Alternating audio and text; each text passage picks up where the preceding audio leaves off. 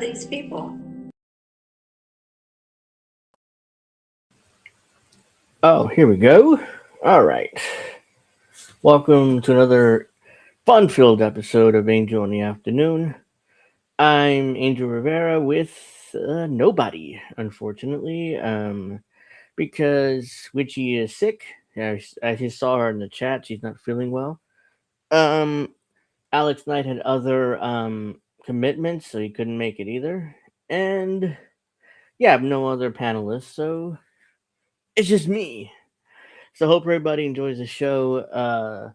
Make sure you like and subscribe, and and let's get started because I got nothing else to say, and there's a lot to talk about this week. So let's get started. So let's talk about let's see here. Yeah, right, Discord. So we got Discord, with their age verification system they're implementing soon. It's caused massive controversy, of course, major issues.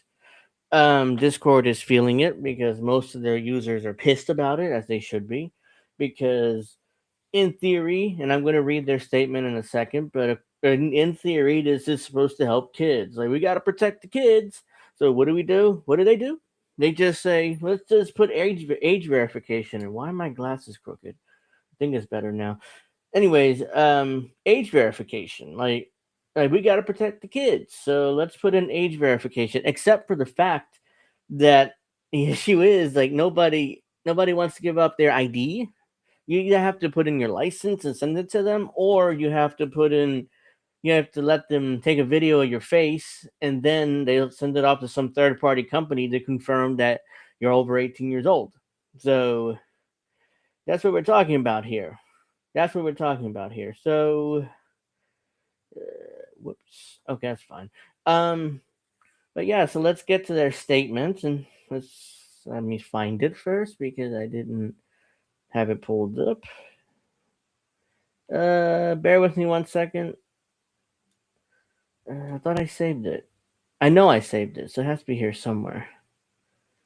Here we go. See, I got it. I favorite or bookmark so many things on Twitter that it's just completely whoops. No, it's okay. Let's just do this. That's still way too small. Okay. Let's try that. That's too small. I'm gonna have to hold on. That's not it. That's there you go. That's good enough. So this is Discord's statement. I'm not gonna go through this whole thing.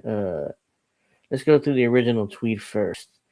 This is from Discord support on February 9th, a few days ago. Discord will soon be expanding teen safety protections worldwide, including teen by default settings and age assurance designed to create safer experience for teens. We're also launching recruitment for Discord's first teen council. We are creating a space for teen voices to help shape our safety and well-being work. Applications are now open for U.S. teens aged 13 to 17. By the way, I didn't even know that until I actually read the statement that they're creating a teen council for what? Or is teenagers going to help run your company? It's absurd. It's just a big virtue signal and grandstanding. Learn about the updates here. No, thank you. Now let's go to. They released the second statement because the first one went over like a wet fart in church. Let's see. Let's see. So, am I having technical difficulties? Is that because it seems fine on my end, Richie? Um, We've seen some questions about our age insurance update, and we want to share more clarity. We know how important these changes are to our community. Here's what we want you to know. Discord is not requiring everyone to complete a face scan or upload ID to use Discord. The vast majority of people can continue using Discord exactly as they do today, without ever being asked to confirm their age. Oh, okay, I see. I understand the joke. um, The vast majority of people what can continue using Discord exactly as they do today without ever being asked to confirm their age. You need to be an adult to access age restricted experiences such as age restricted servers and channels to modify certain safety settings.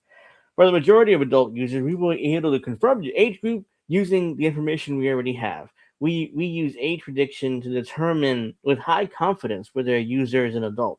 This allows many adults to access age appropriate features without completing an explicit age check. Will this age prediction software work, or it'll purposely think you're a teenager and block you from most of Discord's options in order to do what? In order to force you to either scan your face or show them or send them a copy of your license. So it seems like what makes you what make why would we trust Discord to whoops to you know with our information when why would we trust them with their information, especially since they have a history of being hacked and all people's personal information are out there on the internet. This has happened before with Discord. I mean, it's a few months ago there was a hack. Discord was hacked. So yeah, why in the world would we trust Discord of all people? Hold on.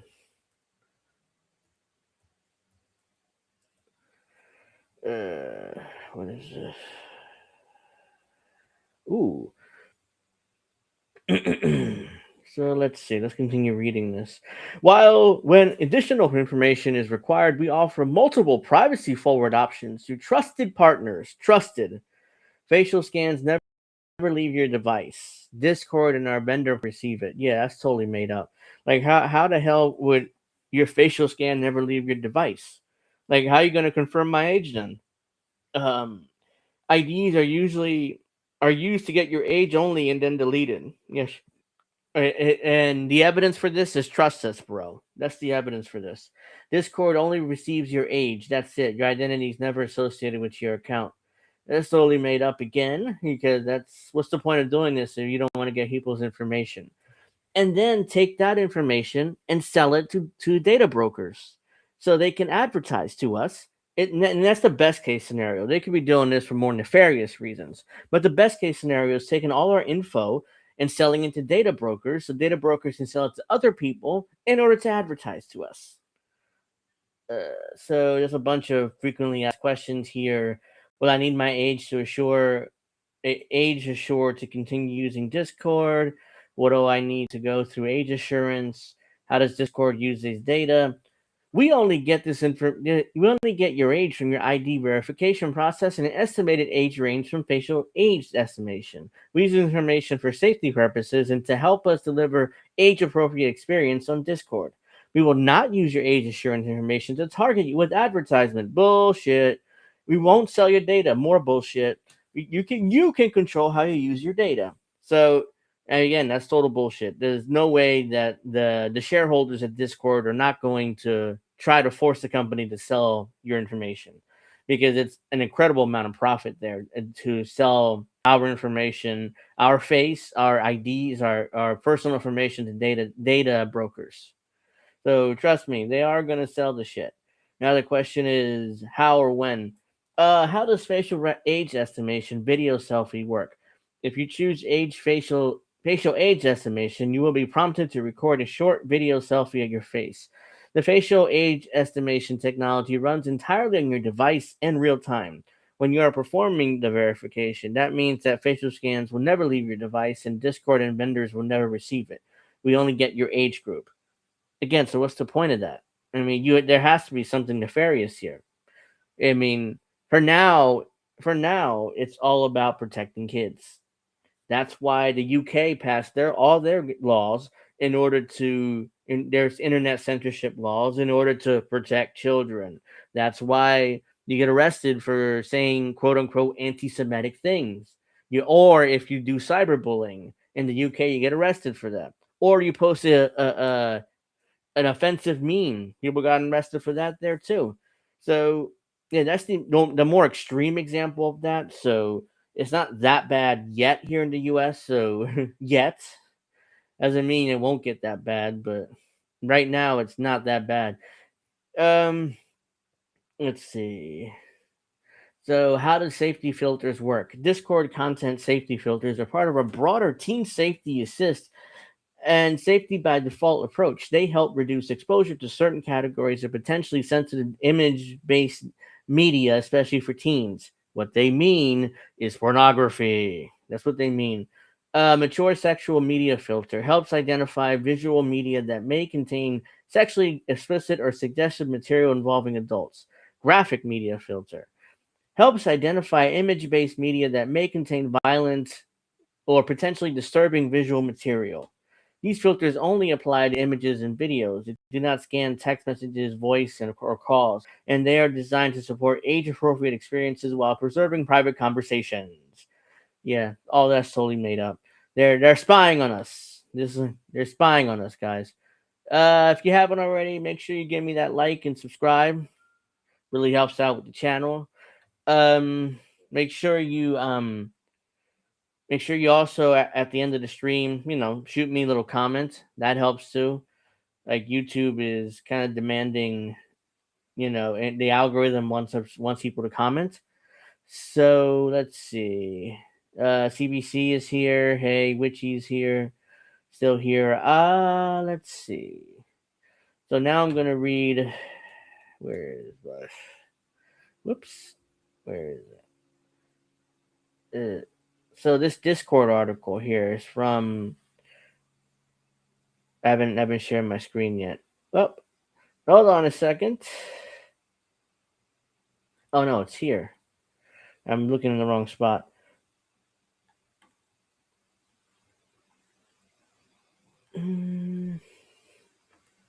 There we go. And why is it like that again? I'll never know. There you go. There you go. Let's see. Here is what happens if you don't complete Discord's age verification. If you don't want to give Discord your details, here's what you will lose access to when teen by default settings hit.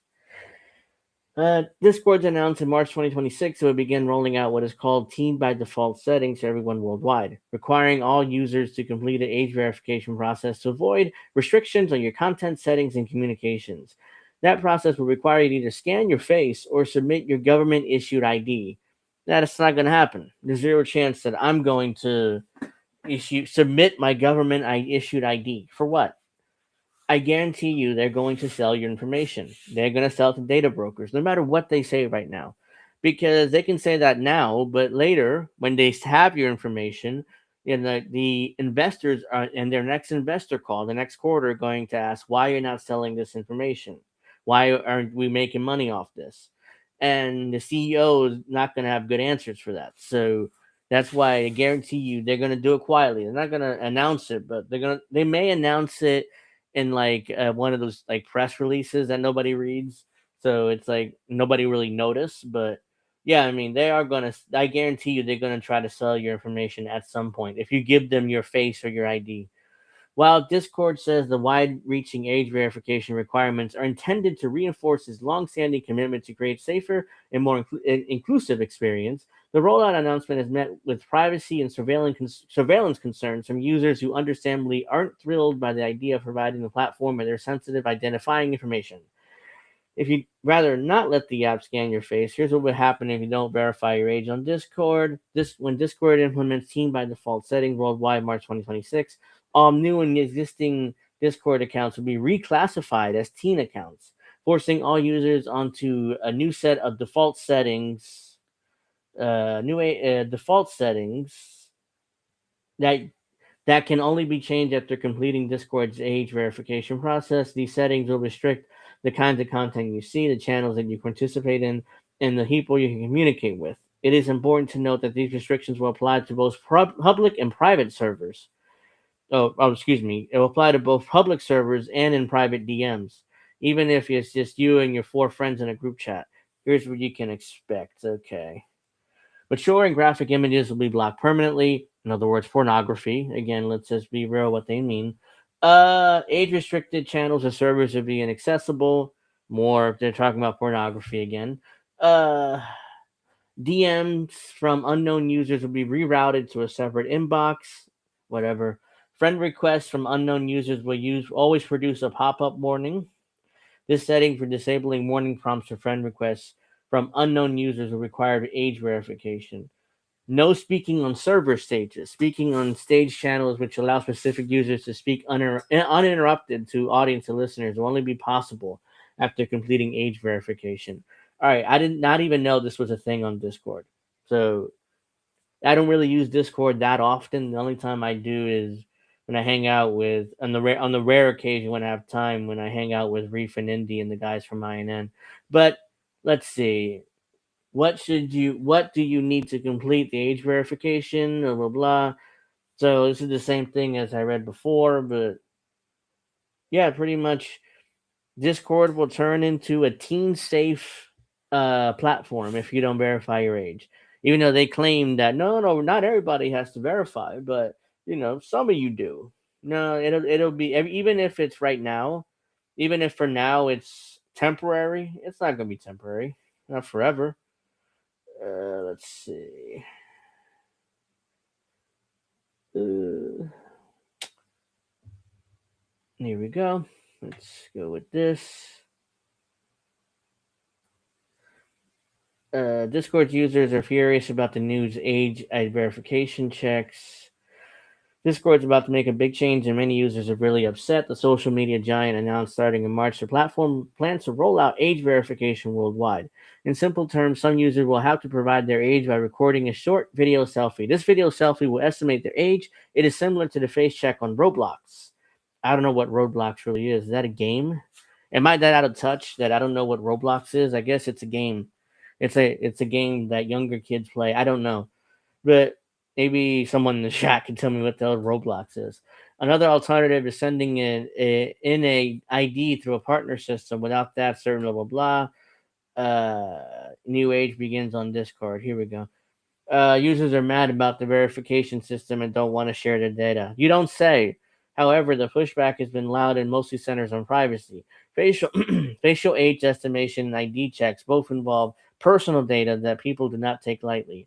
Discord says the facial check stays on the device and that ID documents are quickly deleted after verification. Yeah, right. Like I'm supposed to believe that. Moreover, the company says it no longer works with a third party vendor that previously had a security issue. This is what I was talking about earlier when this company got hacked and all of Discord's customers, all their private information ended up out there on the internet. Even so, some users are uneasy about handing over that kind of information, no matter the insurances. It is worth noting that age checks are becoming more common across the internet. There's a reason for this. In several countries, new rules require platforms to do more for preventing minors from seeing certain type of content. What about the children? We got to protect the children. Here we go again with the children. For large services that operate globally, ignoring those rules is not really an option. Changes like this are often tied as much to legal pressure as it is to internal company decisions. Like we mentioned above, we saw the giant Roblox adjusting their policies to check users' age and prevent minors from accessing chat features. This has also caused a big backlash. So let's see. Online safety, personal data sharing. So the situation sits in a gray area. There's clear arguments about online safety, blah blah blah. There are also concerns about how much personal data should should have to should have to share just to use a communication app. Uh, so yeah, people are pissed off about this. Obviously, they should be because there's an obvious reason why they're doing this. It's not about the kids. It's about control. It's about controlling and censoring the internet, and they're using the kids as an excuse in order to do that. That's what's going on here. They're using protecting kids from adult entertainment, pornography, in order to crack down on on freedom of speech on the internet, cracking down on certain people on the internet, and trying to get them banned from the internet because or or they're going to create a digital social, what's that called, social something, I forget what it is, social point system or something like that the Chinese allegedly have. That's what I'm trying to say. So if you are dissident, if you are too loud on the internet, if you oppose the establishment too much on the internet, you can't use the internet. You can't do anything on the internet. You're basically kicked off the internet. So uh, oh, all right. So let's see here. Let's go to so yeah. And also it's a slippery slope because if Discord is demanding your ID or your facial recognition software, why wouldn't I don't know why wouldn't different video games do it, or why wouldn't different more companies pick this up as a protect the children thing? We got to protect the children from adults. We got to protect children from these people and that people, horrible people here. We have to protect kids. Meanwhile, the real reason is obvious because they want to control the internet. Uh, so I wanted to go to this. Where is it? So yeah, let's see. So that's what's going on with Discord. Mm, let's see. Let's go to this. Let's go to that. Wait, why isn't it? I don't know. Oh, I'm on the wrong tab. That's why. There you go. Oops, it's too big. Banished in ICE custody. Palestinian hospitalized. Family fears for Lakia Cordia's life. If I'm butchering that, I'm sorry, but it's the best. All right, let's make this a little bigger because I can barely see it. All right, here we go. The family legal team of Lakia Cordia, Palestinian residents of Patterson, New Jersey, are demanding urgent answers regarding her health and whereabouts following a medical emergency that led to the hospitalization after being detained by U.S. and Customs Enforcement (ICE). As of Sunday evening, her location remains unconfirmed and her conditions unknown. Cordia reportedly suffered a serious medical episode on the 6th of February at the Prairie Land Detention Center in Texas. A former detainee who witnessed the incident stated that she had fallen, hit in her head, and experienced a seizure. The legal team representing Cordia has not been informed of her condition or the hospital she was taken to. Even after contacting at least 16 medical facilities across the Dallas-Fort Worth area, ICE has confirmed that Cordia was hospitalized but refused to disclose further details. Cordia, a 33-year-old Palestinian woman and longtime U.S. resident, was detained on 13th March 2025 after voluntarily attending a routine meeting requested by ICE in Newark, New Jersey. She had complied with all immigration. What is that? What? Oh, it's my mouse. Couldn't read that. She had complied with all immigration proceedings and was not in violation of any terms. Instead of being allowed to return home, she was taken into custody and transferred over 1,500 miles away to a detention center in Texas. ICE arrested Cordia shortly after her participation in a peaceful campus protest at Columbia University in 2024, calling for a ceasefire in Gaza. So she's been in custody ever since 2024, pretty much. Although Cordia was briefly arrested at the protest, she was released the next day and all charges were dropped. Okay, never mind. She was not arrested. I don't know why I said that. She she has only been she has been the only individual still in detention in relation to those demonstrations. She arrived in 2016 on a tourist visa and later switched to a student visa while applying for permanent residency through a U.S. citizen mother. A paperwork error reportedly caused her visa to lapse in 2022. Her lawyers say that though an immigration judge twice ruled for her release, ICE continued to detain her using automatic stays, which we talked about in the show before. Automatic stays where they can just go to a judge and say, "Oh yeah, we can keep her in custody." Oh yeah, you ordered us to release her, but no, we have automatic stays, so we're just going to keep her for now. A controversial mechanism that allows the agency to block court order releases without immediate judicial review. We talked about this in the show a few months ago. Or describing the dehumanizing conditions inside Prairie Land Detention Center, Cordia has said that she has been forced to sleep on bare floors in overcrowded cells, a lack of halal food, halal food, halal food. which is, I guess, Arab food that Arabs eat, pretty much. Unless I'm completely wrong on that, but I've been to like Arab restaurants, or the at a fried chicken place that used to be here, not far from where I live. They would serve halal food. So I think basically that means they don't do any pork or any beef or anything like that. It's just straight up like clean meat and clean foods. Um, Lack of halal food being surrounded by cockroaches. That's like most projects here in the U.S. Most housing projects here, full of cockroaches. But I digress. The case has prompted outrage among human rights groups and the Palestinian American community. A petition was launched to demand her release, and transparency regarding her medical care has garnered growing support. Her detention comes amid a border crackdown targeting let's see, border crackdown targeting pro-Palestinian voices in October. Sami Hamadi, a prominent political communicator and managing director of the London-based think tank, the International Interest, was detained by ICE in San Francisco International Airport to speaking on a Council on American Islamic Relations, or CARE event. Hamdi was released following an international campaign, with critics describing his arrest as a sign that U.S. is heading towards a fascist dictatorship. Totally made up, not a real thing. The United States is not fascist, but whatever. It's a matter of opinion. A similar campaign is now underway for the release of Cordia, as her family and legal team continue to demand urgent answers about her health and whereabouts.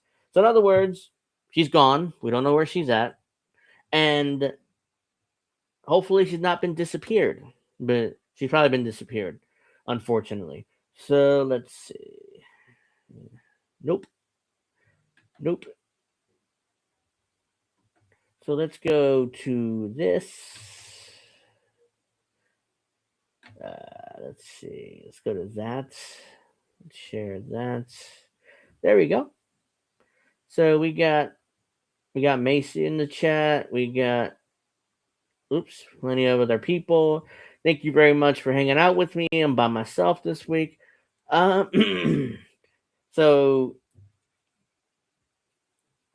let's see. Netanyahu to meet Trump on Wednesday as Israel pushes for war in Iran.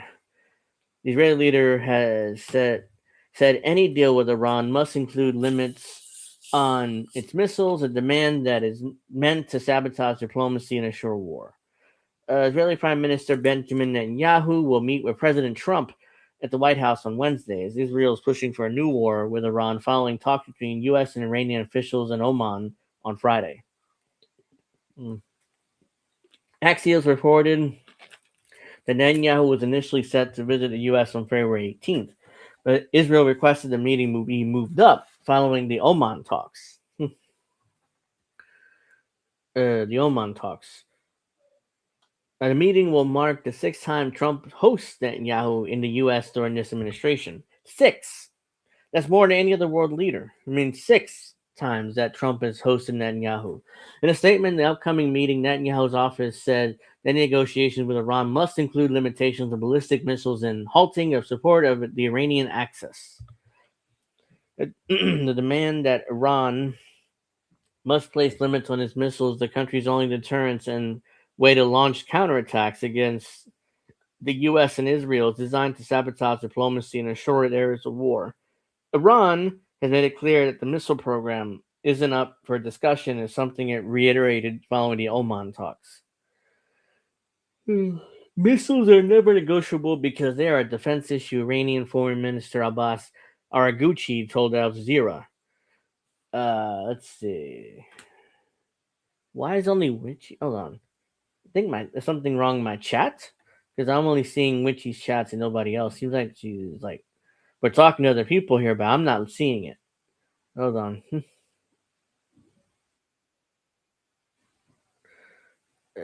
Yeah.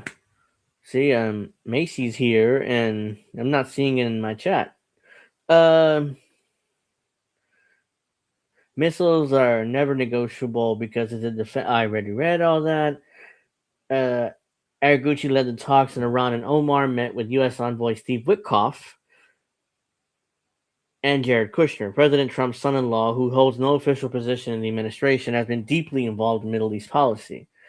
So why is Jared Kushner involved in Middle East policy? Hey CBC, thank you for joining us. If you haven't, guys, make sure you like and subscribe. I'm sure everybody's subscribed here, but I'm just saying, give me that like. Um, let's see. Why is Jared Kushner involved in this? Hell if I know. I mean, he has no position in the administration, and he's not a policy guy. So he's just like his father-in-law, basically a builder. According to the Jerusalem Post, Israel has conveyed to the U.S. that Iran's missile program is a red line and that is willing to act alone, though the U.S. will likely defend Israel from any Iranian counterattacks as it did during the 12-day war back in June 2025. Here's the thing. Again, why doesn't Israel just go to war themselves? Like, if they really are that afraid of Iran, go. Invade Iran. See how that turns out for you, Netanyahu. Oh, you won't do that. It's just weird. You want us to do it. You want the United States to do it, but you won't do it yourself. Let's see. When Trump met Netanyahu back in December, he said he was willing to back an Israeli attack on Iran if the Islamic Republic continues its missile program, quote unquote. Following the U.S. Iran negotiations in Iran, Trump said the talks were very good and claimed Tehran was willing to do more to reach a deal than it did last year, though Aragauchi said that Iran would not agree to end his nuclear enrichment program. Well, that's good. Yes, that's all they have. That's the only leverage they have. During negotiations last year, the U.S. demanded zero enrichment, which Tehran rejected, but a potential agreement was on the table to establish a regional nuclear consortium involving Iran and the Gulf Arab states.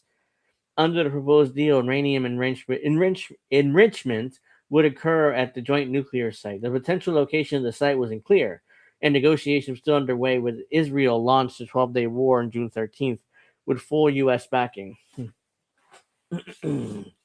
So yeah, if you remember from last year, Israel attacked Iran right in the middle of negotiations with the U.S. And the U.S. stopped those negotiations and bombed Iran themselves. So it's just total bullshit. Let's see. Hours before the first Israeli strike hit, Trump claimed in a post on Truth Social that he was committed to diplomacy with Iran, even though you about to bomb the crap out of them, suggesting that he could be using the current talks as cover to prepare for war. According to Axios, he said after the Oman talks that he was in no rush to attack Iran because he was still putting in military assets in position, and that in the region that he preferred a diplomatic deal. They know that if they don't make a deal, the consequences are very steep, he said.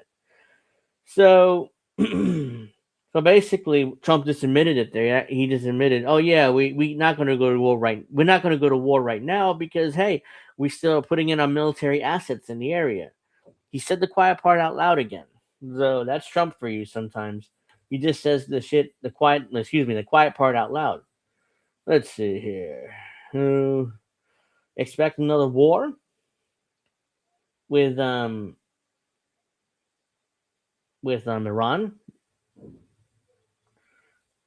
Let's see. Let's go to this one.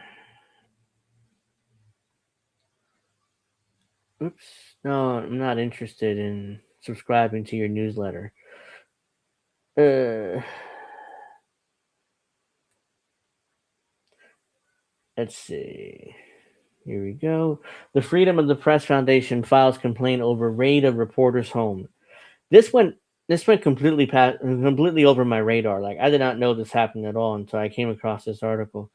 The complaint warned of dire consequences for First Amendment freedoms. The illegal raids on journalists goes unchecked.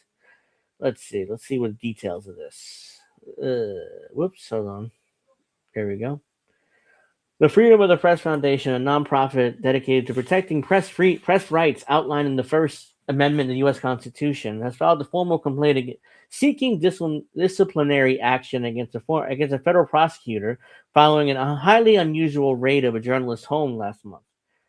Mid-January, federal agents served a search warrant to Washington Post journalist Hannah Nettesen, conducting a raid on her home and confiscating her electronic devices, including her cell phone and laptop computers. She was informed that she was not the subject of the inquiry itself, but the investigators looking for her information relating to a government contractor named Aurelio Perez Langones, who had been charged with unlawful retention of national defense information. Netison's work as a journalist focuses on the consequences of President Donald Trump's mass firings of workers in the federal government. Perez Logones did not have any connection with journalists, and it's not alleged that he shared any classified documents with reporters like her.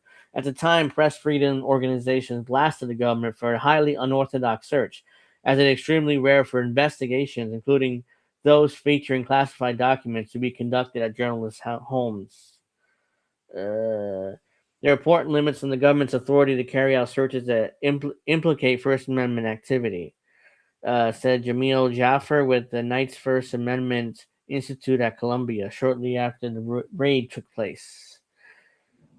Well, I need a drink. Hmm. On Friday, the Freedom of the Press Foundation submitted a formal complaint to the Virginia State Bar, alleging that the person who applied for a search warrant on her home, Assistant U.S. Attorney for the Eastern District of Virginia, Gordon Cromberg, had omitted key facts about his request. You don't say. Why I'm not surprised by that. Cromberg, for example, failed to disclose the Privacy Protection Act in 1980, a federal statute that limits search warrants for journalistic work products and documentary materials within his application. As the organization said in its complaint, the Privacy Protection Act prohibits searches of these materials except when there's probable cause to believe the reporter or other target of the search, since the act is not limited to professional journalists, has themselves committed a crime to which the materials relate. The act makes clear that authorities cannot circumvent the exception for reporters' own crimes by deeming reporting itself, aka possession or receipt, protected information, a crime. That is not going to stop them at all. The complaint further alleges that Kronberg's mistake doesn't appear to be a mere oversight, but rather a purposeful omission, you don't say again, given that investigators knew the raid was going to make national headlines. And that, in such circumstances, it has required greater discussion with and authorized by the highest levels of the DOJ, including the Attorney General. You don't say the Attorney General knew about this too. No shit. Since the warrant's application doesn't identify her as a subject of any investigation, doesn't inform the judge of the Privacy Protection Act stipulations, the request for the warrant was deeply troubling and requires disciplinary action against Kronberg, the complaint states. The Freedom of the Press Foundation recognized that the search caused reputational and professional harm to Natison, writing that she is without terabytes of material, therefore unable to complete stories in progress. She's unable to complete stories and she's unable to complete stories in progress. The improper raid also jeopardized her confidentiality with sources, the group said. Journalists and whistleblowers across the country are sure to think twice about drawing the ire of the current administration because of Kronberg's errors. I don't think it was an error. I think he did it on purpose. Surely the decision to take such drastic and alarming action recognized the department's own guidelines as extraordinary measures, not standard investigatory practices potentially subject to the Privacy Protection Act, was not made lightly. King Kronberg and his team were well aware of the applicable law, but deliberately chose not to mention it.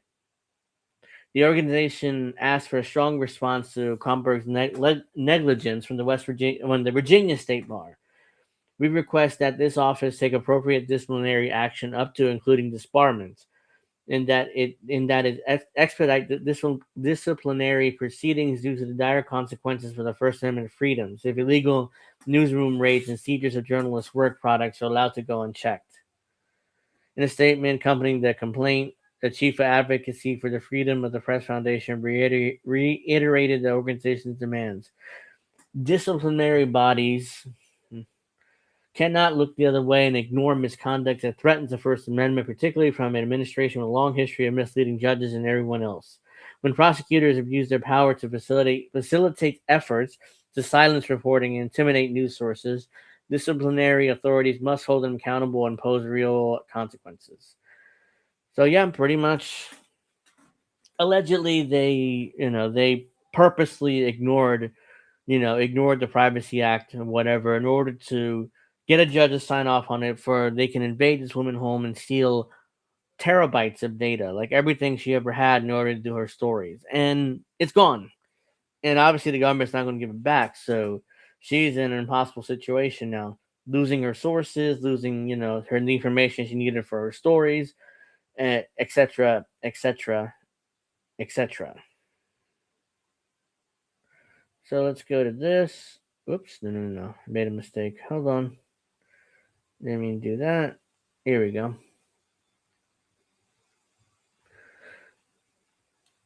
So yeah, so let's go over this one.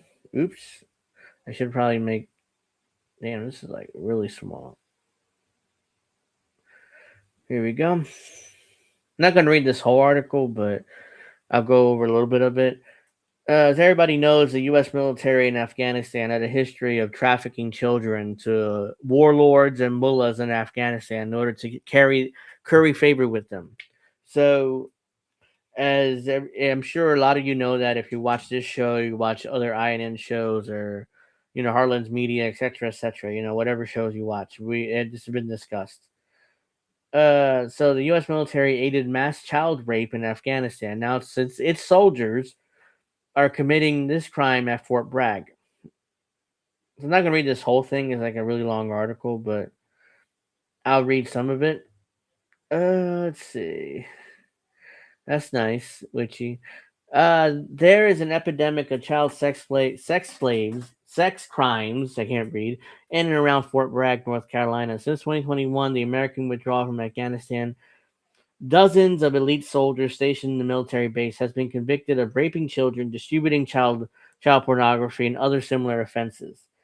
Many of these soldiers served in Afghanistan, where it's now acknowledged the U.S. military aided their local allies in Baka Basi, aka boy play, the practice of kidnapping and keeping boys as sex slaves, large numbers who were enslaved on U.S. military compounds. Yep, you said it before, Richie. We explored this deeply disturbing subject. I read this topic. I read this whole article. I'm not going through the whole thing, but yeah, it is disgusting. So in August 2023, Joshua Glardin, a first sergeant in the 4th Psychological Operation Group, Airborne, at Fort Bragg, was sentenced to 76 years in prison, followed by lifetime supervised release for the distribution of child porn across the internet. An unnamed woman and his accomplice was sentenced to 30 years in prison after she confessed to allowing him to rape her child. Oh my god. Now that's brutal. I mean, if Witchy were on the show right now, she would probably lose her mind over that. That's why I wanted to cover this while she was on, but unfortunately she couldn't make it because she was ill. Hopefully feel better for tomorrow for Pro Wrestling Talk. Let's see. Whoops. Just 2 weeks later, Major Vincent Ramos was arrested in North Carolina's Raleigh-Durham International Airport on one count of statutory rape of a child younger than 15, 7 counts of statutory sex offense with a child younger than 15, and 2 counts of indecent liberties with a child. A logistics officer based out of Fort Bragg again, he was later charged with 2 more counts of indecent liberties with a child. This is from Mint Press News, by the way. They wrote an excellent piece on this. I'm going to go through the beginning, and I guess we can talk about this further next week if you want, Witchy. If you hope, yeah, I assume you're feeling better by next week. And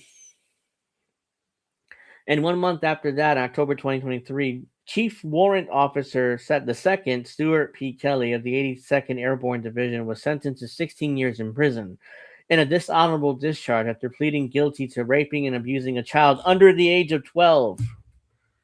Jesus. Kelly had made a child touch him and perform sex acts on camera.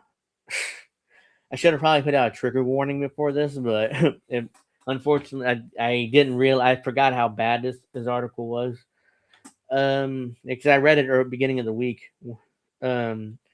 Meanwhile, Staff Sergeant Carlos Castro Cajias was handed a 55-year jail term, a dishonorable discharge, and a demotion to the rank of private after facing 13 charges of rape of a child under the age of 12.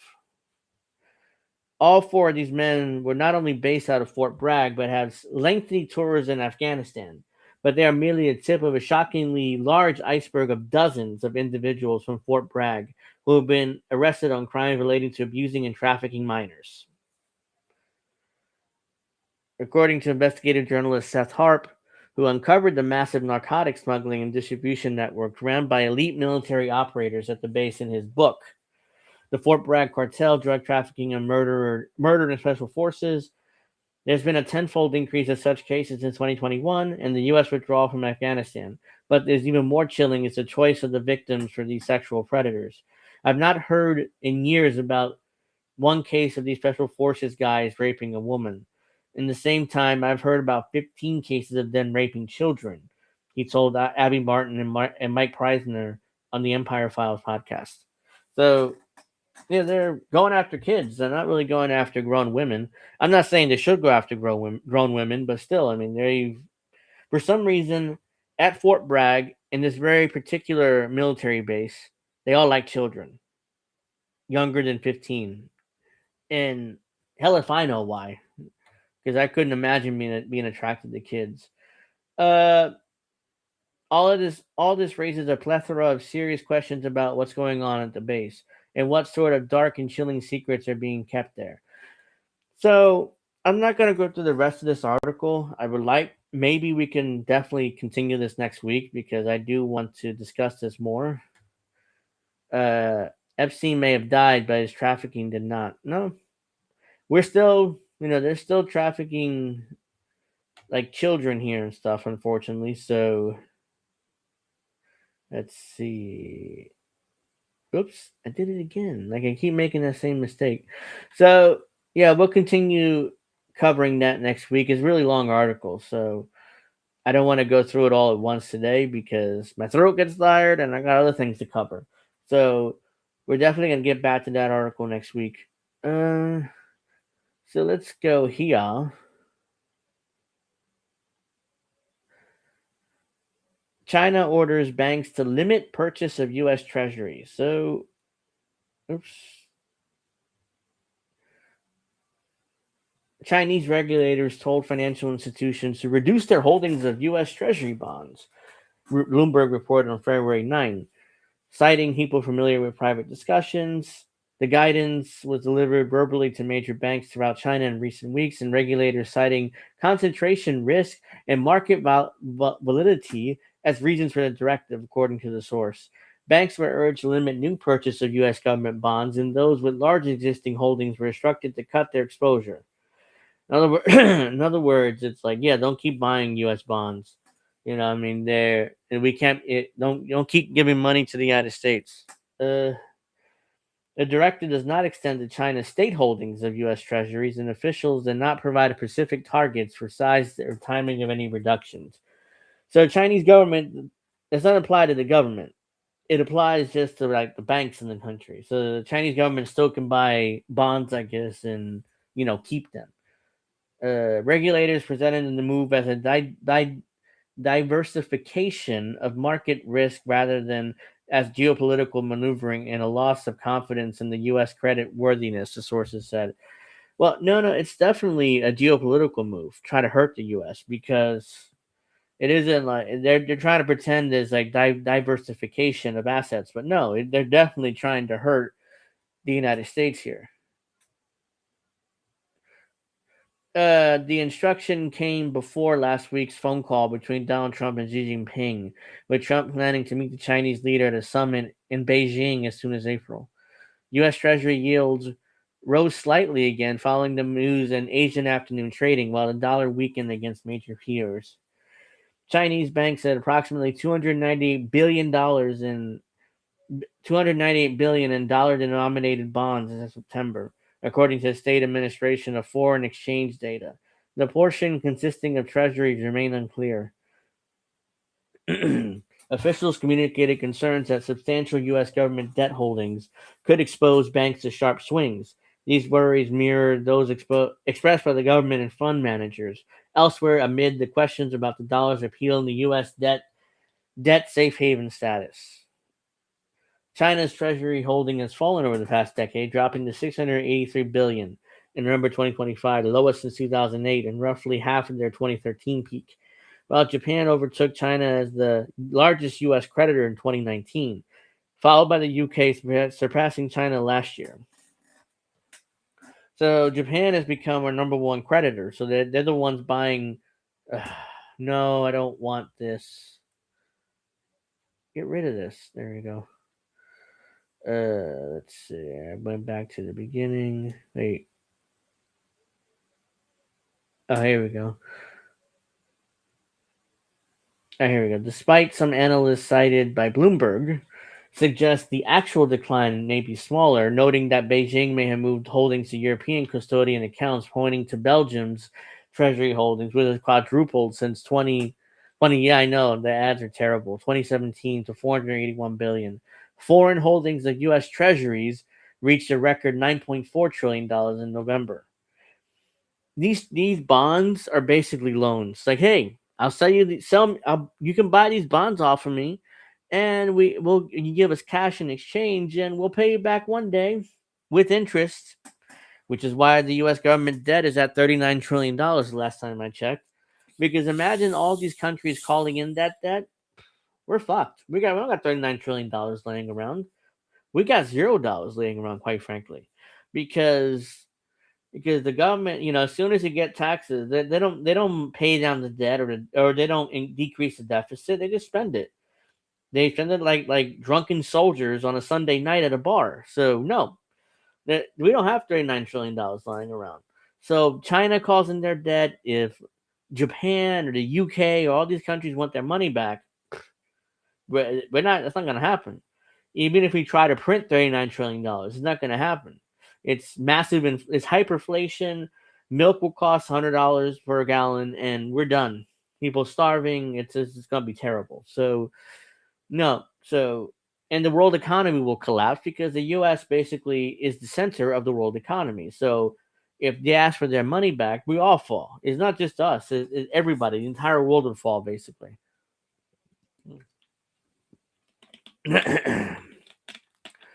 Let's go to. Excuse me. Let's just.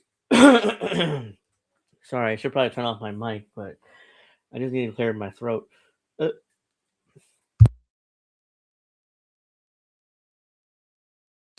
right, I'm good. Let's go to this story here.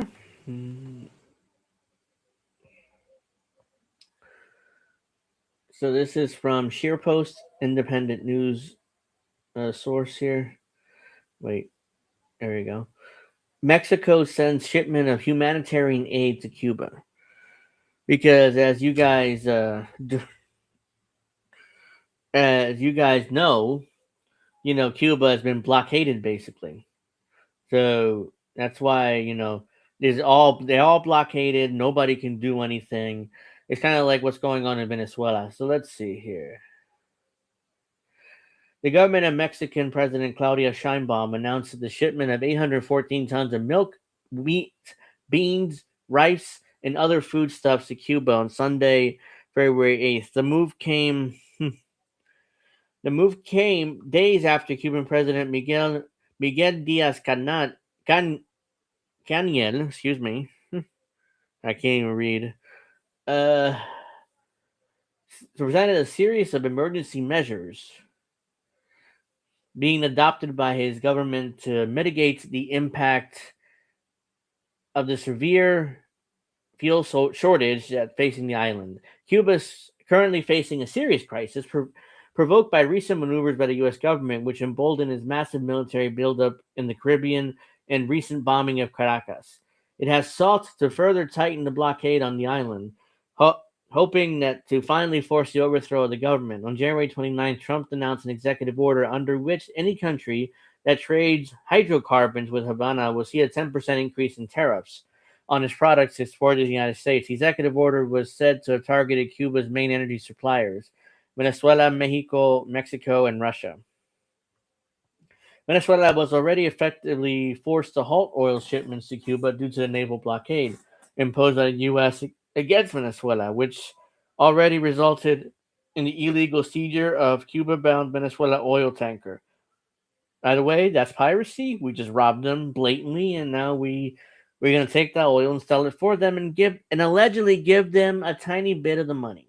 So hold on a second. Chris says, not to sound like I'm simping for China, but I've heard the Chinese say that they consider the collapse of the U.S. to be a huge problem and they want stability in the U.S. They do.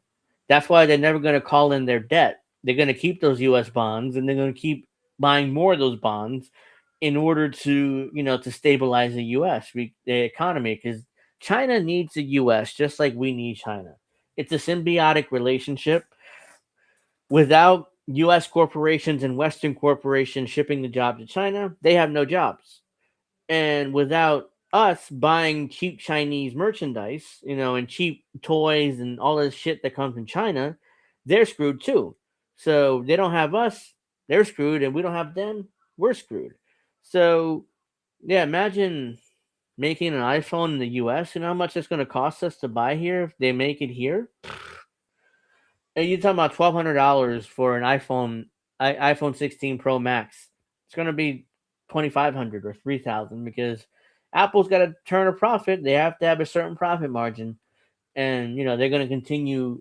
And no, that's why no matter what, the manufacturing jobs that left wing progressives are obsessed with is never coming back. Never, because that means it's going to be twice the price to get all our tech that we need or want. Not we do need it. It's 21st century. We need the internet, but I digress. Venezuela was already effectively. I already read that. Which Russia, a country which, due to heavy sanctions, is the most decoupled from the U.S. economy, has declared that it will continue supplying fuel to Cuba. The government has said that the situation in Cuba is truly critical, and top government spokesperson Dmitry Peskov said we are in close contact with our Cuban friends through diplomatic and other channels. So the Russians are like, yeah, we're going to continue sending them oil. What are you going to do about it? So Mexico, for its part, announced that it's engaged in negotiation with the U.S. over oil shipments. President Claudia Sheinbaum has openly declared a rejection of the Trump measure. You can't suffocate people like that. It's very unfair. Well, I mean, Trump's going to keep doing it, so you can grandstand all you want down there in Mexico City, but ultimately, it's not. You saying that is correct, but it's not going to change much. She also promised that Mexico will continue to help Cuba in any way possible. We'll continue to support the Cuba and take all necessary diplomatic action to resume oil shipments. In recent days, after learning the Trump administration's threat, Mexico, one of the few countries that sent oil to Cuba, was said would consult with Washington to determine the extent of possible retaliation. Uh, According to Cuban President Miguel Canel, excuse me, not a single drop of oil has entered the island in 2026, posing a serious threat to the country that depends heavily on fuel for its power grid and keep transportation, health, education, and other key systems functioning. Government officials and political analysts, I can't read at all today, have claimed that the vision measure seeks to annihilate the Cuban people, which is obviously what's going on here. Chris says manufacturing in the U.S. would have to be automated to make it competitive. Or that is true, or you use AI. Like AI and androids are taking over manufacturing anyways. So that's the one way I could see manufacturing coming back to the U.S. if they use AI or androids. So I talked about this in a meeting that I had with like T-Mobile executives because I'm a part of this like digital equity training program through the Department of Labor. So I have to take these classes. So it's like they and basically what I was saying in that meeting is, oh well, we need what about AI? Is T-Mobile replacing jobs with AI? And one of the people said, no, we're not going to do that. We're going to train we're going to train our employees to use AI. We wouldn't fire our entry level workers. And I thought to myself, yeah, now, but I guarantee you will because the profit margin is too high. Compared, you're employing a human. They work 8 hours a day. They take a 30-minute lunch, and then they don't work every day. They work 5 days a week.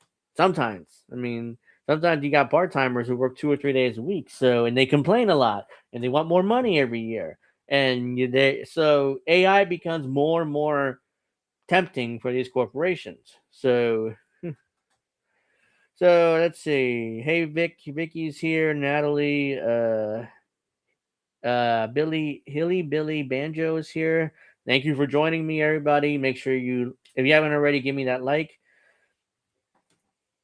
So the reason why I went off on a tangent there. The reason why I brought that up was because we were talking about AI and automation in order to bring back manufacturing. So the way that we need to do this is us as citizens have to educate ourselves on AI, because AI is not going anywhere. It's here, it's with us. Hell, right now in all our browsers, pretty much, if you use Microsoft Edge or you use Chrome, there's an AI button right there you can click and ask AI your questions. By the way, I don't use it, but it's right there. So I try to avoid AI at all costs. But if you're gonna go in the workforce right now, you're gonna need to use AI. So it's on us to learn AI and to, get ourselves employable. Especially if you're, in the entry level parts of your jobs, your job search. Jesus, it's like, and I no, I've not had a drop of beer today, so I don't know why I can't speak. Let's see. Former Colombian President Ernesto Samper shared this opinion on a post SOS for Cuba. The genocide of Cuban people is being prepared by suffocating their vital conditions for survival. This is what the U.S. always does: sanctions, uh, giving money to the political enemies of the socialists, giving money to right wing militias and militaries through NGOs or non governmental organizations like USAID, which doesn't exist anymore, or it does exist, but it's in the State Department now, so it's kind of in hiding. But USAID, you have to do that, and then that's how you overthrow a government. It's a long, drawn out process of suffering and brutal conditions, because the U.S. government doesn't like the fact that you're a socialist, or worse, a communist. Let's see. Mexican solidarity with Cuba. First part, the Cuban president said, "Thank you, Mexico, for your solidarity, affection, and always warm embrace of Cuba." That was a direct translation. Doesn't sound right, but um, the Cuban Foreign Minister Bruno Rodriguez wrote on X, "We thank the government of Mexico under the leadership of President Claudia Sheinbaum for sending more than 800 tons of aid to Cuba amid the intensification of the blockade following the recent executive order by the U.S. government. While some try to suffocate our population, sister nations extend their hand in solidarity." So Mexico is, standing up to the U.S. for now, and they're sending aid to Cuba. We'll see how long that lasts before Claudia Sheinbaum kind of, bends over for Trump and kind of gives in and make sure that they don't get anything. So let's see. Let's see, got anything else? Oh, right, right. This. So let me explain this for a second. This is this is in my home state here, New Jersey. They want to do something. So the new governor here is Mikey Sherrill. She just got inaugurated like 3 weeks ago. Anyway, she's been going all in on the anti-ICE rhetoric ever since she got into office and reporting on ICE. In fact, I think I have a something here on X I saved. So bear with me 1 second. I should have had this pulled up, but of course I didn't, because as usual, I'm always late to my shows and stuff. So I did a last second setup. So I'm going to show you guys these tweets because they're both just as equally as ridiculous. Let's see. Oh, where is it? Ah, here it is. So I'll share that.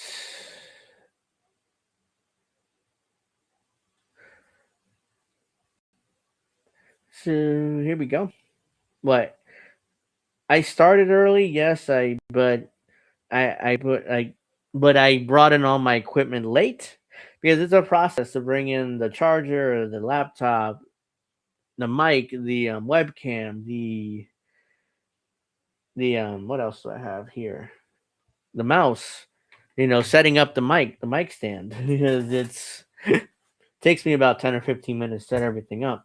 But anyways, let's get back to this. So under Governor Sherrill's leadership, we have launched a portal for New Jerseyans to report potential ICE misconduct or potential misconduct by federal immigration officers.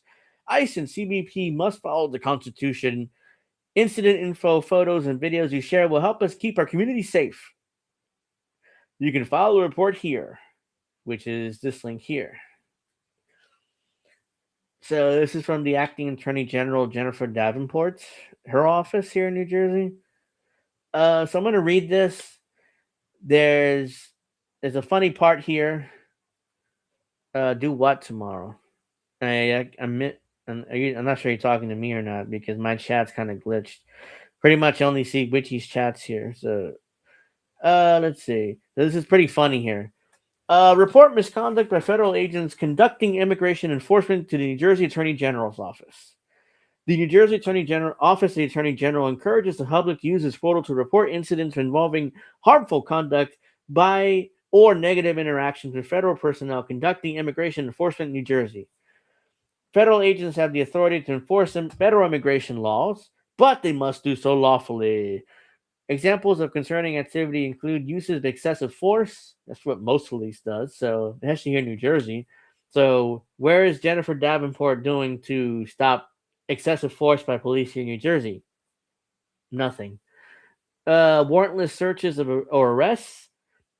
Local police do that too in New Jersey. Racial profiling. Yeah, they do that too for sure. I've seen it. I've been a witness to it. I've seen it personally. Wrongful detentions, something else that they do. Interference with voting or other civil rights violations. They've definitely done civil rights violations. In fact, the Trenton Police Department here was sued for that. So they have a history of civil rights violations. Let's see. The information submitted through this portal may be used by the New Jersey Office of the Attorney General to assist the office in enforcing the law, including using the information as evidence in court and to make any appropriate referrals to third parties, including other New Jersey state government agencies. Now, this is the funny part here. So let me make sure you guys can see this because, oops, I made it way too big. Yeah, this is fucked. Hold on. Here we go.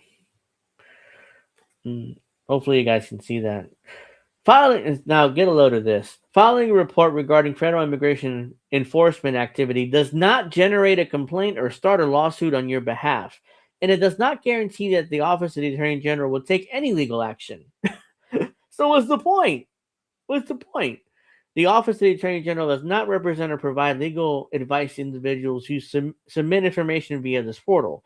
Information provided to this Information provided to our office may be subject to request or release in the New Jersey Open Public Records Act or as otherwise required by state and federal law or court rules. If you have any questions about your legal rights about interacting with this federal immigration enforcement right agents, you may want to consider consulting a lawyer or the resources compiled by the state of New Jersey at Know Your Rights. So in other words, no, you can give us the information, but we're not going to do anything about it, really. So this whole portal is a virtue signal and grandstanding by the new administration here in New Jersey. If you're a victim, witness to a crime, experiencing an emergency, you should contact local police department or call 911. Use of this form is not meant to replace reporting emergencies or crimes in the area to local law enforcement.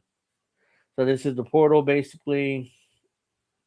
Oh, would you like to provide photo or video documentation? Were you physically hurt during the event? Did your incident involve children?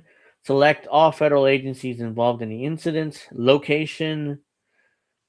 Have you contacted a law enforcement agency regarding this incident? Even if they did, they can't really do anything.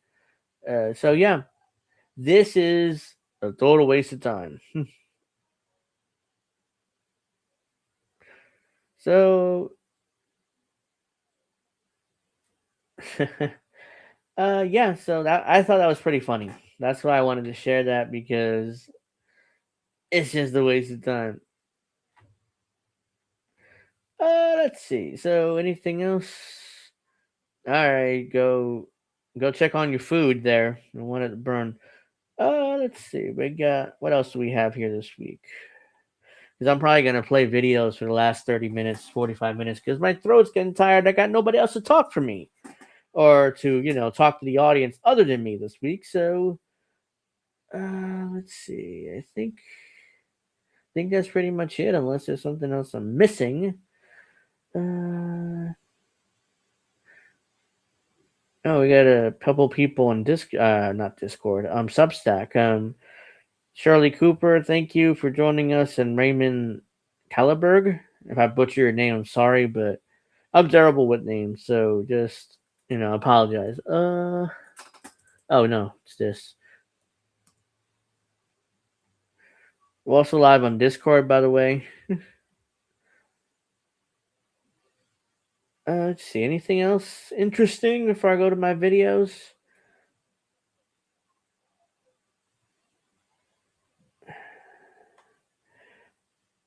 Oh, right. I forgot about that. The shutdown. Jesus. I mean, the Department of Homeland Security, the Democrats are refusing to fund it. So, that is it. This can't be true. So let's share that instead. Whoops.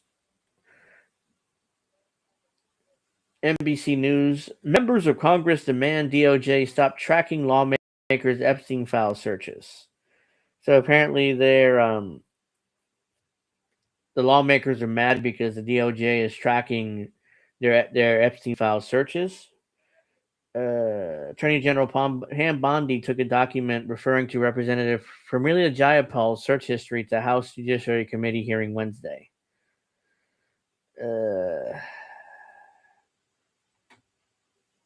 Oops. Let's just do that. Yep. Turning combative and contemptuous. Do you want to go there, Attorney General? Attorney General Pam Bondi sparring with lawmakers over the Jeffrey Epstein files. And I told you about that, Attorney General, before you started. You don't tell me. Yeah, I did tell you because we saw what you did in the Senate. Bondi pressed on whether there could be other prosecutions. We have pending investigations in our office. Potentially a reference to Democrats. No, there's not going to be any investigations, especially if it's involved Trump and his buddies. So. The president asked the DOJ to investigate. In contrast to the department's acknowledgement last year, they did not uncover evidence to warrant charging anyone new. Bondi accusing Democrats of using the Epstein case as a deflection.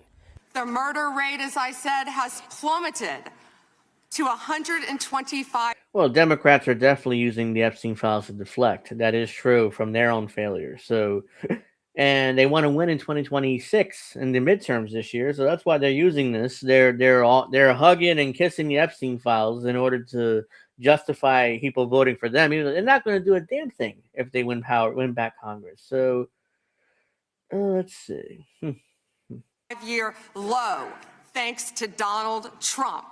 That's what we should be focused on. And in her remarks, adding this to Epstein abuse survivors. I am deeply sorry for what any victim has been through, especially as a result of that monster.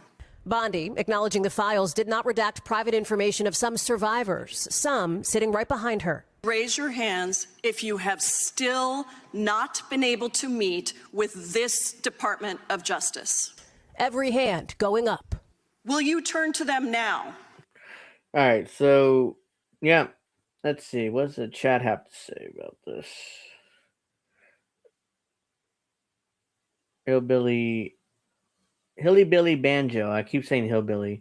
Just got done cooking all this food. Hopefully it's delicious. I had my dinner earlier, so. Witchy says, F you, pedo. Crime against children is still up. Yep. But, they don't care about that. So let's see. And apologize for what your Department of Justice has No one's apologizing for anything. This is all big grandstanding virtue signal. put them through. Why? I have asked. Didn't she ask Merrick Garland this? Not Good long after the question. hearing, some survivors joining us. All she had to do was turn around, and she could not even turn around and face us. No, The she's not president going to hasn't ruled face out a you. pardon for Ghislaine. She's not going to face you. Why would she do that? Who cares? She's not going to face you. She's not going to apologize. She's not going to do anything. Why would you want her apology anyway? She's a part of the elite cabal that took you and trafficked you to Jeffrey Epstein and, had horrible things happen to you. And I'm sorry that happened to you, but she's not going to apologize. Donald Trump's not going to apologize. Nobody in Washington is going to apologize. So you're expecting an apology. Don't hold your breath for that. Maxwell, but Bondi said today she's hopeful Epstein's convicted co-conspirator will, in her words, die in prison. There you go. The question tonight. Who cares about that? Members of Congress sharply criticized the Department of Justice over allegations that it was tracking what lawmakers were searching for as they viewed unredacted versions of the Jeffrey Epstein files. A Reuters photo showed Bondi at a congressional hearing Wednesday holding a document labeled Jayapal Pramilia's search history. The document listed Epstein files that the Democratic representative from Washington confirmed she searched. The DOJ began allowing lawmakers this week to view unredacted Epstein files. The review process could take place in person at the Department of Justice on DOJ computers. In a letter from the Justice Department to lawmakers obtained by MDC News, it said that it will keep a log of the dates and times of all members' reviews. Reached for comment, the DOJ spokesperson said the DOJ had extended Congress the opportunity to review unredacted files in the documents in the Epstein files. As part of that review, DOJ logs all searches made on its systems to protect against the release of victim information or information of subjects that were part of the thing, but, did horrible things to children, the billionaires, but, they got to protect them. It's not about the victims. They make it about the victims in order to cover up what they're actually doing. Let's see. What else we got here? The backlash from lawmakers to growing outrage over the department's handling of the Epstein records. At Wednesday Oversight Committee hearing with the House Judiciary Committee, Bondi faced criticism from Democratic lawmakers and two Republicans who accused the department of mishandling survivors' information and improperly redacting files that name prominent individuals, among other concerns. By the way, this part, improperly redacting files that name prominent individuals, I don't think Democrats really want the redacted files released. They say that they do, but they really don't. You know why? Because a lot of Democrats are also in the Epstein files. They also did horrible things to children, repulsive things to children, which is why they all virtue signaling and grandstanding now. Yes, release the unredacted files. But I guarantee you, once the Democrats in power and able to do that, nothing will happen. Nothing will be released. Democrats will move on. The left-wing liberals who have hair on fire, melting down, will also move on from this. Because why? A Democrat's in the White House now and everything is good. So let me go back and drink my latte or drink my wine and be a wine mom, basically. Nobody has their hair on fire because, Democrats in charge. We can trust that Democrat. That's what's going on here. So, no, Democrats don't want these files released. I don't care what they're saying right now. They don't want a single page of the unredacted files released. Jayapal said on a post on X that it's totally inappropriate and against separation of powers for the DOJ to surveil us as we search the Epstein files. Well, you're doing it on their computers. Of course, they're going to keep a log of what you did on their computers. I mean, if you really had a problem with that, you shouldn't go and view the files on their computers. You should, it's like, no, I'm not going to do that. I don't want to be tracked. So, but of course, you did it because you wanted to wanted grandstand and virtue signal during these hearings. These hearings are like WWE. They're professional wrestling. The Democrats are the baby faces. Republicans are the heels right now. So Pam Bondi's a heel. She's not going to apologize to the victims. She's not going to do anything what they want her to do because, she's the heel and she has to be booed right now. Bondi showed up today with a burn book that held printed search history of exactly what emails I searched, referring to the stack of documents that Bondi read off during the hearing. This is outrageous. I intend to pursue this and stop spying on members. Well, it's not going to happen. The CIA spied in on the Senate during the Obama administration. That was a infamous scandal back in the day when the CIA spied in on the Obama on Congress. And actually, it was a Senate Intelligence Committee.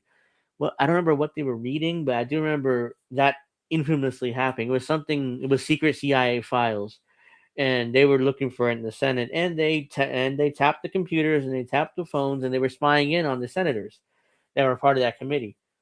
And of course, the senators freaked out about it and melted down.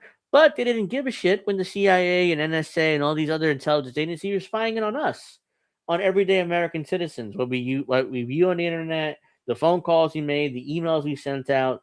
They have all that information. And the senators were fine about that. Washington's fine about that. Let's see.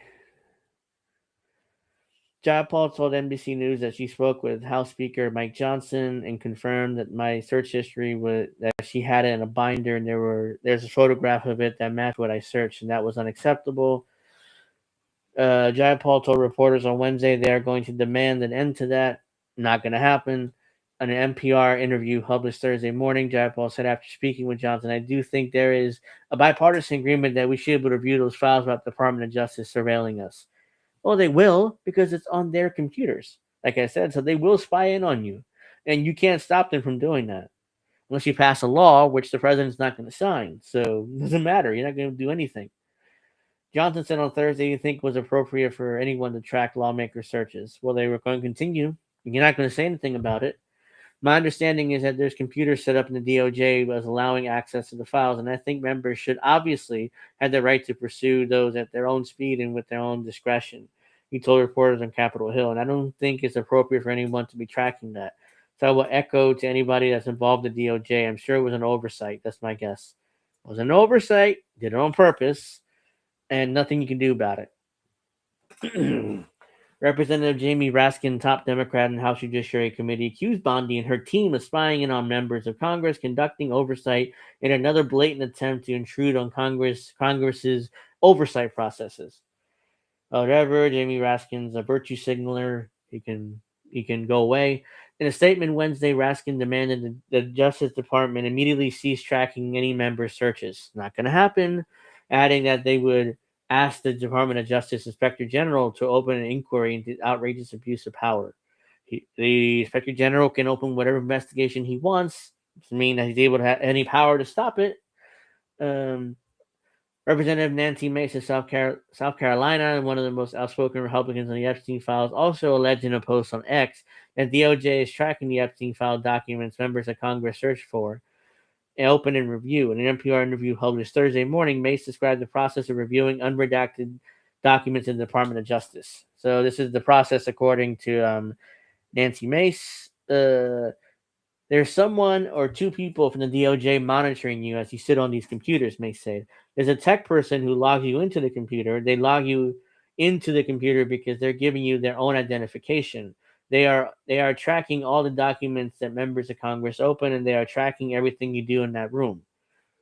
Like, obviously, like, no shit. Like, are these members of Congress shocked by that? Like, they can't be shocked by that. I mean, the Epstein files are basically like state secrets, like classified information at this point. Like, there's no way they're not going to track you in what you search for, to be exact. It's not going to happen. Of course they're doing that. Representative Jared Moskowitz, a Democrat from Florida, I don't know who that is, said it was suspicious that every member had to log on to the DOJ computer using their own specific login information.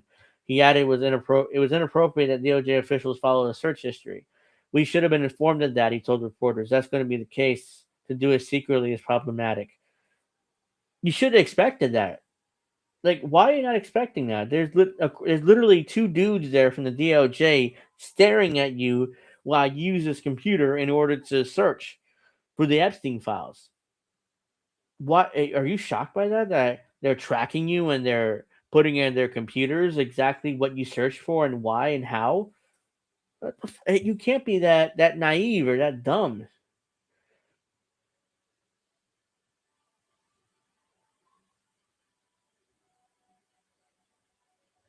Fred Edwards says revealing what Congress searches while inside a skiff is a violation of national security protocols. This ain't reading Congress's mailboxes. That's not going to stop them. If it's a violation of national security law, it's not going to stop them. They're going to continue doing it. That's for sure. They're not going to. They're not going to stop anything. It's.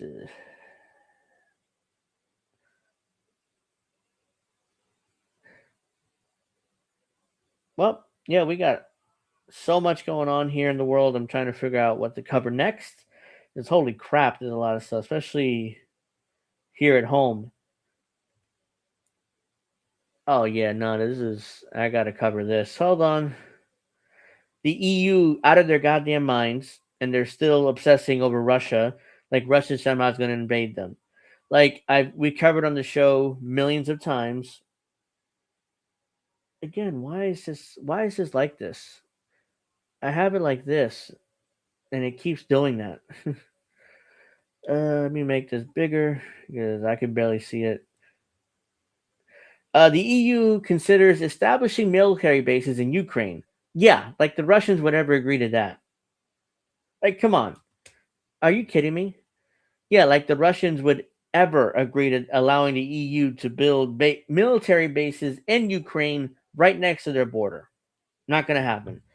The European Union is considering establishing 2 military bases in Ukraine. Not going to happen. Not in a million years.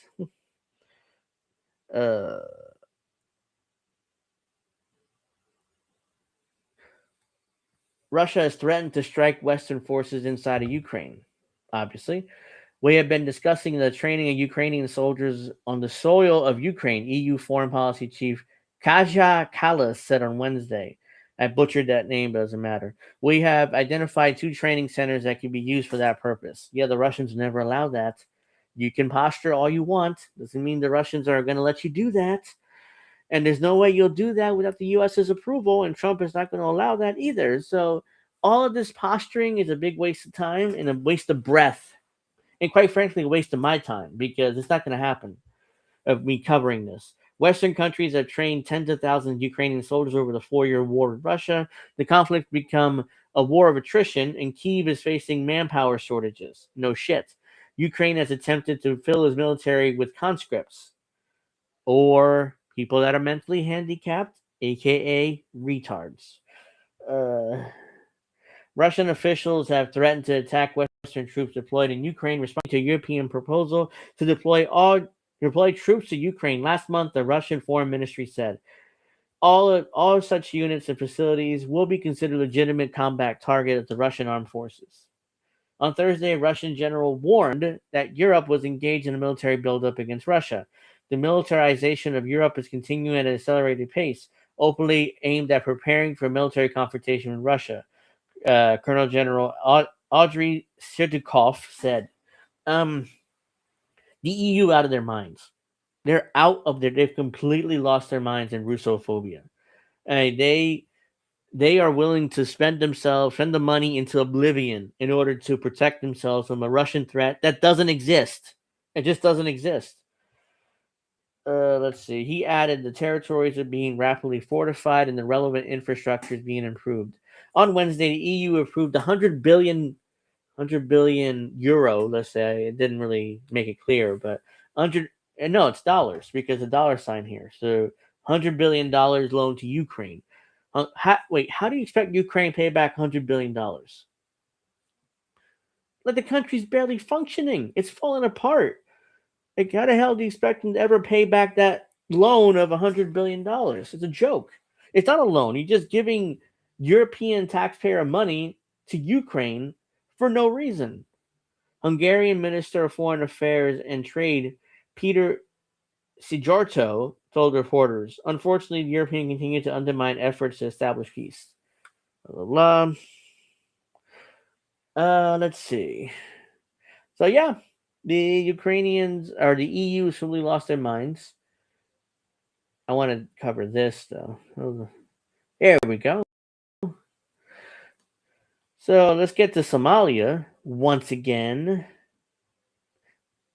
the U.S. has bombed Somalia for the 30th time this year, and we've covered this on the show quite regularly. So we're only 2 months into the years, and they already bombed Somalia 30 times. So this is from antiwar.com, written by Dave DeCamp. U.S. Africa Command announced in a press release that its forces launched an airstrike in Somalia on February 10th, marking at least the 30th U.S. airstrike in the country this year, as the Trump administration continues bombing the country at a record pace. Let's see. The command... Wait, I just lost my... Oh, here it is. The command said that the strike targeted al-Shabaab about 30 miles to the northeast of the port city of Kismo in the southern Somalia lower Juba province. The U.S.-backed Somali government and al-Shabaab both reported clashes in the same area that day and made vastly different claims. The U.S.-backed Somali Defense Ministry said that Danab, a special operations force armed and trained by the U.S. and local Jubaland forces, conducted an operation against al-Shabaab and killed 14 militants. Al-Shabaab claimed that it carried out an ambush on U.S. Somali military convoy and killed 32 people. So we have completely different stories here. Who knows what to believe when it comes to this bombing? Neither side claims have been verified, and AFRICOM hasn't replied to a media inquiry. By the way, AFRICOM is the U.S. Africa Command, so that's why they shortened to AFRICOM. Haven't replied to a media query from antiwar.com asking if any U.S. forces came under attack. AFRICOM also announced an airstrike on February 9th against al-Shabaab in the same area. Al-Shabaab, by the way, being a cutout or offshoot of Al-Qaeda. So basically, Al-Qaeda in Africa. 30 airstrikes by mid-February marks an unprecedented rate of U.S. attacks in Somalia. President Trump launched a total 124 airstrikes in Somalia in 2025, according to AFRICOM numbers, breaking the previous annual record for airstrikes in the country, which he set at 63 in 2019. If the current pace keeps up, Trump will shatter the record set in 2025. Besides bombing al-Shabaab, the U.S. has also been launching airstrikes in Puntland against an ISIS affiliate. So that's another thing. In Puntland, that part of Somalia, there's an ISIS affiliate there, which the U.S. is also bombing into oblivion. So they claim that the ISIS affiliate is still around, and they're still bombing the crap out of Puntland, which is first emerged in the country in 2015 as an offshoot of al-Shabaab. So this is confusing. Al-Shabaab is an offshoot of Al-Qaeda. This new organization here, it's also an ISIS affiliate too. So it's al-Shabaab, ISIS, and Al-Qaeda all together somehow in a mishmash of a confusing mess. And this is what makes geopolitics tough to cover, because you have to know all this stuff, and it's like, ugh, it's brutal sometimes. The U.S. backing local government, which has been at odds with the U.S. backed federal government based in Mogadishu. So there you go. There you go. I mean, Somalia is fucked. That's basically what's going on here, for lack of a better word. So let's go to some of my videos that I have here, because my throat's getting tired and I got nobody else to help me. So we also have New Jersey and a lot of blue states freaking out about climate change. So this is again Acting Attorney General Jennifer Davenport of New Jersey. New Jersey seeing worsening wildfires, severe flooding, and hurricanes costing New Jerseyans billions of dollars.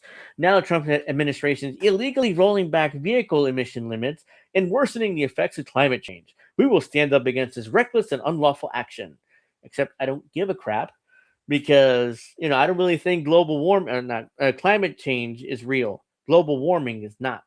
And we're seeing liberals and leftists in general using that in order to control us and control how much electric we use and our vehicles. Like, for example, there's a feature in brand new cars that if you idle for too long, the vehicle turns off automatically. Then you got to turn it back on in order to, once the light turns green.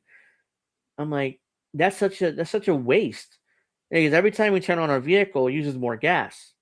So that makes no sense. And on top of that, apparently that contraption that does that, it damages your car. So, and it costs thousands of dollars for you to fix that little contraption that does that. So allegedly, it's causing more people to have to buy newer cars because it's cheaper it's cheaper to buy a new car than fix the little contraption that does that. So yeah, this is what Apple does with their cell phones. This is what electronic companies do all the time. So let's play the video here. This is the President of the United States here, and this is a big one if you're into environment. This is about as big as it gets, they tell me, and it's an honor to be here with a terrific person who's worked so hard on this and some other terrific people. Thank you very much. But I'm pleased to be joined today by EPA Administrator Lee Zeldin, who you all know, and to announce the single largest. Yes, and he's also an oil executive and a sellout to the oil industry. So yes, we know Trump, but this is deregulatory action in American history. That's a big statement in American history, and I think we can add the words by American far. history. Under the process just completed by the EPA, we are officially terminating the so-called endangerment finding, a disastrous Obama-era policy that severely damaged the American auto industry and massively drove up prices for American consumers. Prices went up incredibly for a worse product. This action will eliminate over $1.3 trillion of regulatory costs and help bring car prices tumbling down dramatically. You're going to get tumbling down dramatically. I don't know about that, but I mean, I have no problem with them ending these over-the-top climate, global warming regulations, because a lot of these contraptions are just. We don't have new car here, obviously, but a lot of these newer cars have that contraption where it turns off automatically in order to save fuel and to stop global warming. a better car. You're going to get a car that starts easier, a car that works better for a lot less money. In 2009, Barack Hussein Obama. In 2009, Barack Hussein Obama, who uses middle name, by the way. I mean, nobody does. I mean, this is classic Trump birtherism stuff. That and Barack Hussein Obama. His EPA designated fossil fuels such as oil, gas, and other things that actually make factories rock and roll and other things drive very nicely as a threat to health and human welfare, known as the endangerment finding. This determination had no basis, in fact, had none whatsoever, and it had no basis in law. On the contrary, over the generations, fossil fuels have saved millions of lives and lifted billions of people out of poverty and all over the world. All over the world. Well, there you go. Let's see. Natalie says prices are going up on everything. Just see the folks next door complaining about their power bills. Oh God, here in New Jersey, power bills are going up every year, every year pretty much. I mean, part of that has to do with the AI supercenters that are sucking up all the electricity and all the water. So, and there's also deals between electric companies and these AI supercenters that they charge them way less electric than what they actually use. So what the electric companies do, they pass on the cost to us because they have to make their profit somehow. So if they're not getting it from the AI supercenters, they don't get it from us, which means our electric bills goes up exponentially. So let's see, I don't want to accidentally show copyrighted material here, which is why I cut off the camera, but Witchy says our power bill has gone up again over $300 sometimes. Wow. Jesus, and this is the thing. I keep all the lights off here, and I only use, like, now I need the light on obviously for the show, or else you won't see me. So, but usually I like keeping all the lights off just to save some money. And so far, our electric bill is expensive. It's not $300, but it's higher than what it was last year. Whoops, I forgot to share my screen. I don't know why it does that every time. Here we go. Get rid of that. So Microsoft AI CEO, Mustafa Suleyman, said that most, if not all, professional tasks will be undertaken by white-collar workers will be fully automated by AI within the next 12 to 18 months. So forget about entry-level workers. We're talking about white-collar middle management here. They're trying to get rid of. So if you're not a billionaire rich dude, your job is going to be destroyed by AI, according to the Microsoft AI CEO here. He is telling you straight up that even if you're white collar middle management, your job is gone pretty much, we expect. So let's watch this. Hopefully he speaks English, I understand. You talk about superintelligence. Most of your rivals talk about AGI, artificial general intelligence. Explain the difference between AGI and superintelligence. I prefer the definition that focuses first on what would it take to build a system that could achieve most of the tasks that a regular professional in a workplace goes about on a daily basis. Think of it as a professional grade AGI. How close are we? I think that we're going to have a human level performance on most, if not all, professional tasks. So white collar work where you're sitting down at a computer, either being, a lawyer or an accountant or a project manager or a marketing person. Most of those tasks will be fully automated by an AI within the next 12 to 18 months. And we can see this in software engineering. Many software engineers report that they are now using AI-assisted coding for the vast majority of their code production, which means that their roles shifted now to this meta function of debugging, scrutinizing, of doing the strategic stuff like architecting, of, et cetera, putting things into production. So he's giving you computer language gobbledygook there. It's a quite different relationship to the technology, and that's happened. I understand it because, I'm into computers and stuff, but that's a bunch of gobbledygook, basically like, our AI, we got to do this with our AI and to have it functional, to replace most middle management or white collar workers, as it put here. So let's see. Let's hide that for now. Let's see. So I don't want to share the screen and then accidentally I'm putting out some copyrighted stuff. So I already covered that. Well, we'll cover this and then we'll get to our oops, wait. Oops, no. Oh, here we go. What? No. You know what? Well, you know what? Let's just do that. Sorry. Hold on. There we go. I guess still gotta learn how to work that. And let's do that. Let's do that. Witchy says, yeah, I'd be using TechGuard to explain something very simple. The megabits don't want you gone. They don't want you to exist. Yeah, it's very, I knew it, like, dude, you said it like that, but whatever. So let's get to Mamdani here because he's struggling.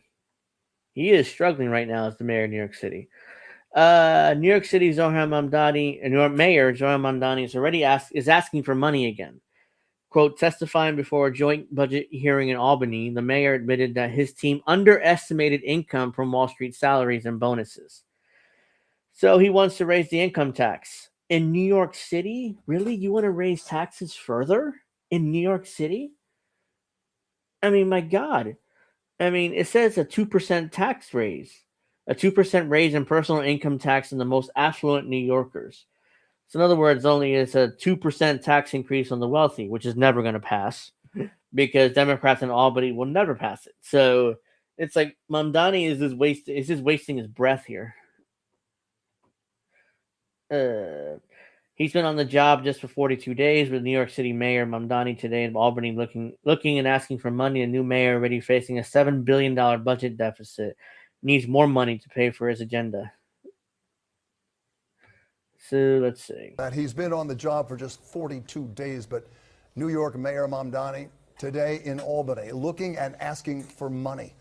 Political folk call it Tin Cup Day. The new mayor, already facing a $7 billion budget deficit, needs even more to pay for his agenda. Will the legislature and will Governor Hochul greenlight the mayor's plans for?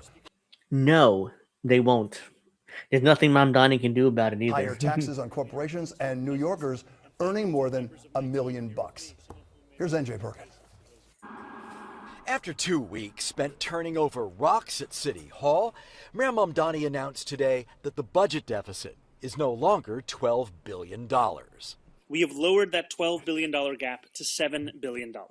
Testifying before a joint budget hearing.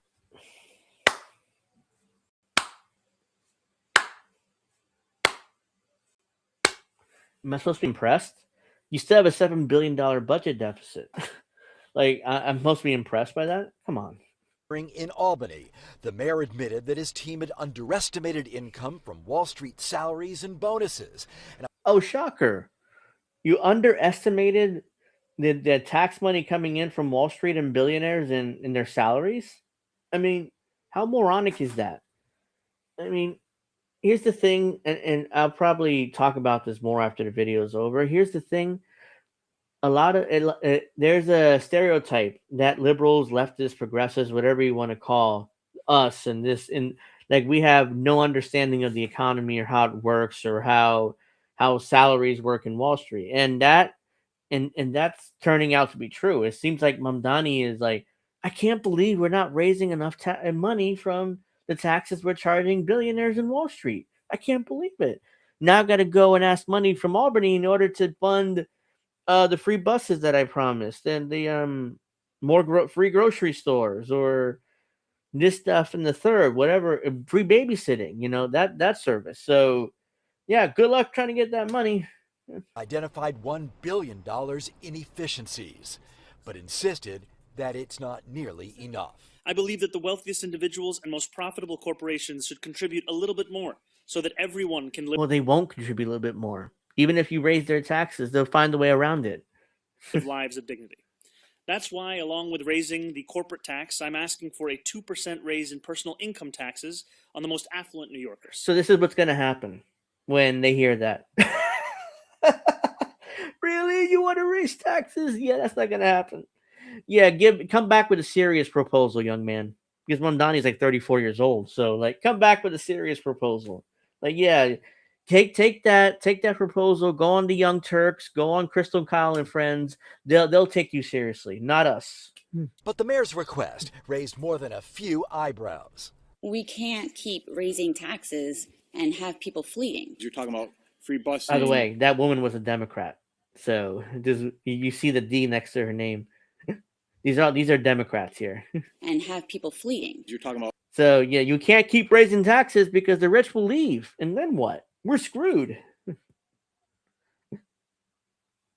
Free busing, free childcare. That's a Republican. So that's pretty ambitious. The state is in serious fiscal trouble as well. I have a big concern because of your philosophy. Your so philosophy. Do you have any concern about that? I am confident that people will continue to stay in this city. There's no doubt in my mind that what should be. I love the arrogance. Like, oh, there's no doubt in my mind that they won't leave New York City. Good luck. I mean, I wouldn't press my luck on that. Driving all of our politics are the needs of working people. Even those who agreed with Mamdani had questions of their own. All right, well, we'll grow the pie, and we need to make sure that you have your priorities in order. Governor Kathy Hochul has ruled out tax increases. Governor Kathy Hochul has ruled out tax increases. So Mamdani's proposal is dead. Like if she doesn't sign into law, even if they pass it in the assembly, it's never going to sign into law. So what's the point? you had to talk to Kathy Hochul first, not go to the assembly begging for money, basically having your tin hat out, like, hey, can I get a few dollars? I need to fund my my welfare state, the expansion of the welfare state. I need to fund that. Give me money. Oh shit! It turns out the governor is against it. I'm telling you, man, New York City's screwed with Mamdani's man. Andrew Ryan of the Citizens Budget Commission says Mamdani shouldn't need higher taxes. Increasing taxes risks alienating and driving away businesses that create jobs and people who disproportionately pay a lot in our taxes that fund our public schools, our police, our sanitation. We need to be competitive. That's why we should hold the line on taxes. Andrew Ryan says the mayor. Oh, don't worry, buddy. It won't raise taxes by a dime even. You and the rich people that fund your organization will be just fine. Can find the money in his own budget. But Mamdani clearly believes that popular support for taxing millionaires is growing and that state lawmakers may be... Even if it's growing, they're not going to actually do it. Even if Mamdani's right, they're not going to do it. So Mamdani's kind of stuck because he's not going to be able to fulfill most of his promises. And if that happens, he probably loses re-election. So his political career will be over before it starts. Underestimating that. At City Hall, NJ Burke at Channel 7, Eyewitness News. There you go. Mamdani desperately begging for money from Albany. Kathy Hochul basically bitch slapped him and said, no, we're not going to raise taxes. So, big waste of time there.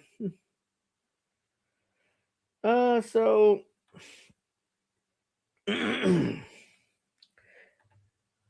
Let's see. Ooh. I got a few videos here from a town hall or some sort of conference that AOC did in Munich, in Germany. So she's asked about Taiwan, a relationship between Taiwan, China, and the United States. She's asked about, I'll play these videos in a moment. She's asked about the Democratic presidential candidate. Should we reevaluate relationship to Israel? She's asked about, she talks about how the U.S. is looking to withdraw from the rest of the world so we can enter an age of authoritarianism. All right, so let's start with this one. So this is the one. I hate this. Should just be there automatically. This is the one where it says, quote, the question is, should the U.S. commit troops to defend Taiwan? Very simple answer, no. And it wouldn't matter because the U.S. recognizes the one China policy, which basically means that Taiwan is a part of China. We recognize, the United States recognizes Taiwan as part of China, even though technically they're not. But that's what the one China policy is essentially what it is. AOC cannot answer this question.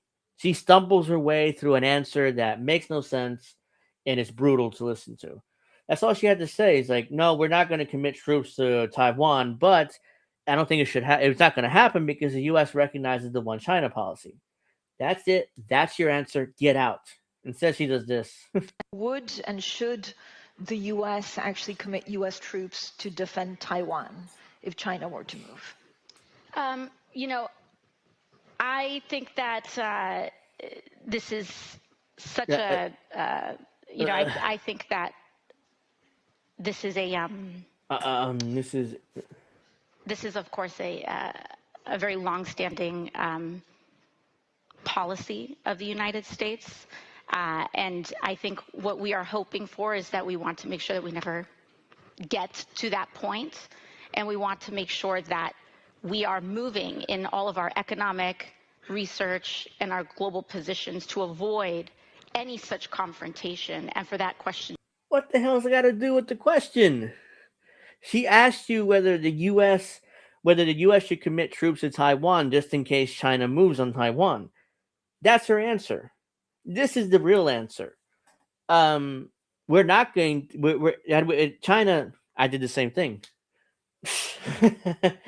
Oh my God, I'm making fun of her for doing that. I did the same thing. Anyways, this is the real answer. It's 47 seconds. It should probably be 15 seconds. China is not going to move on Taiwan because we in the U.S. recognize Taiwan as part of China.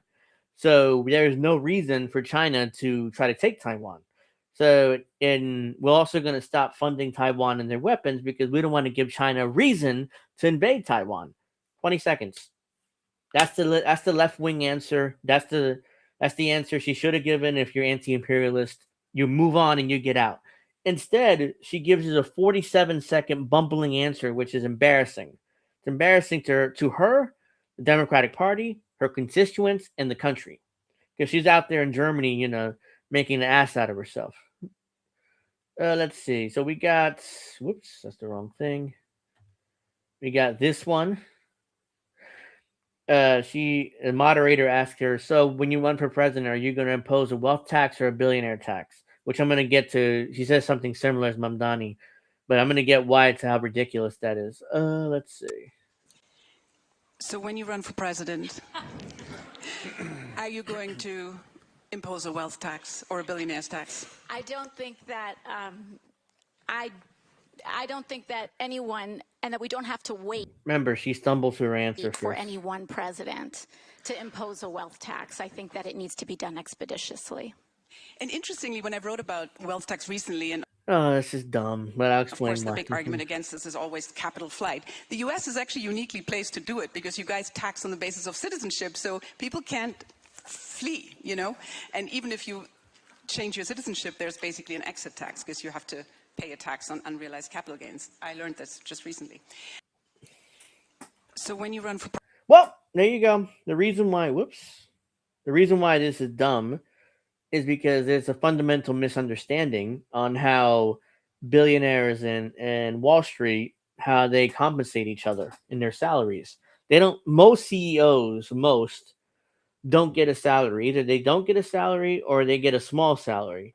And then they take the rest in something what's called stock options, which basically means IOUs. Like, oh yeah, here's a piece of paper saying that I owe you this money. You can cash in whenever you want.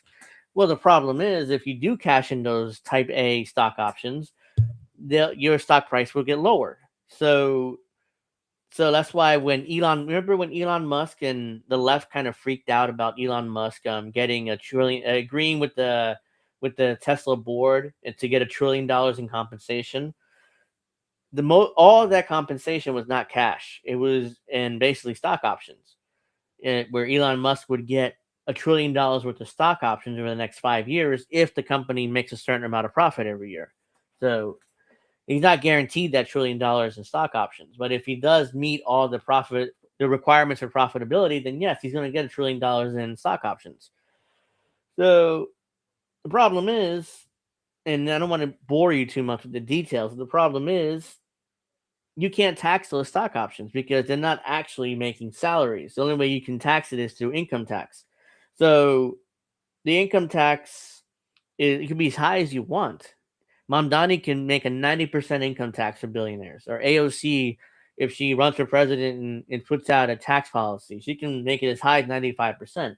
Doesn't matter because most billionaires don't make their money off a salary. They have stock options. So what do? They go to a bank, Goldman Sachs, Bank of America, whatever big bank you could think of. They go to a bank and ask for a personal loan of, let's say, $100 million. And okay, it's like, what's your collateral? The stock options. That's not collateral. And of course, the banks love that because they're guaranteed payment with interest, no matter what. So they give them $100 million, and personal loans are not taxable. This is how it's a round-around circle. And that's how they get away with not paying taxes on their salaries, because ultimately they don't make a salary. What they do is take out loans. Most billionaires do this, and which is why they all get wealthier and wealthier and wealthier and wealthier, because ultimately the system is built on a giant piece of paper, is basically IOUs. And we all think, oh my God, Elon Musk is worth what, $700 million right now, or 700 billion, excuse me. I put I put 3 less zeros than what he actually is worth. Most of that is in stock options and all the other things in his companies. That has nothing to do with anything else. Now that I bored the audience enough, let's get to the next AOC video. Here we go. AOC has a horrible answer here. Should the Democratic presidential candidate reevaluate military aid to Israel? So this is AOC's answer. It's not a yes. It's not yes, definitely we should reevaluate military aid to Israel, or yes, we need to cut it. We need to cut the entire thing because the entire thing is giving money to a country that's doing a genocide and ethnic cleansing. Nope. Instead, this is her answer. So the first one I saw, and then we'll go to the third row. Hello, thank you so much for the interesting conversation. My name is Hagar. I'm from Israel. I'm a journalist for Haaretz, and my question is for Congresswoman Ocasio-Cortez. I wanted to know if you think that the Democratic presidential candidate in the 2028 elections should reevaluate military aid to Israel. Yes. I mean, to me. No. I mean, no. Like Porky Pig. Nothing. Yes, but no. She's gonna give you a bumbling answer that it's like 90 seconds, and she could have said that in one sentence. Yes, we need to reevaluate the relationship with Israel, and yes, we need to defund them. One sentence, but no, she's gonna give you a bunch of gobbledygook and bullcrap. This isn't just about a presidential election. Personally, I think that the United States has an obligation to uphold its own laws, particularly Leahy laws. And I think that... I don't know what the Leahy laws are. I'm not sure if she's mispronouncing it or she's just making it up out of whole cloth. Like, I don't know.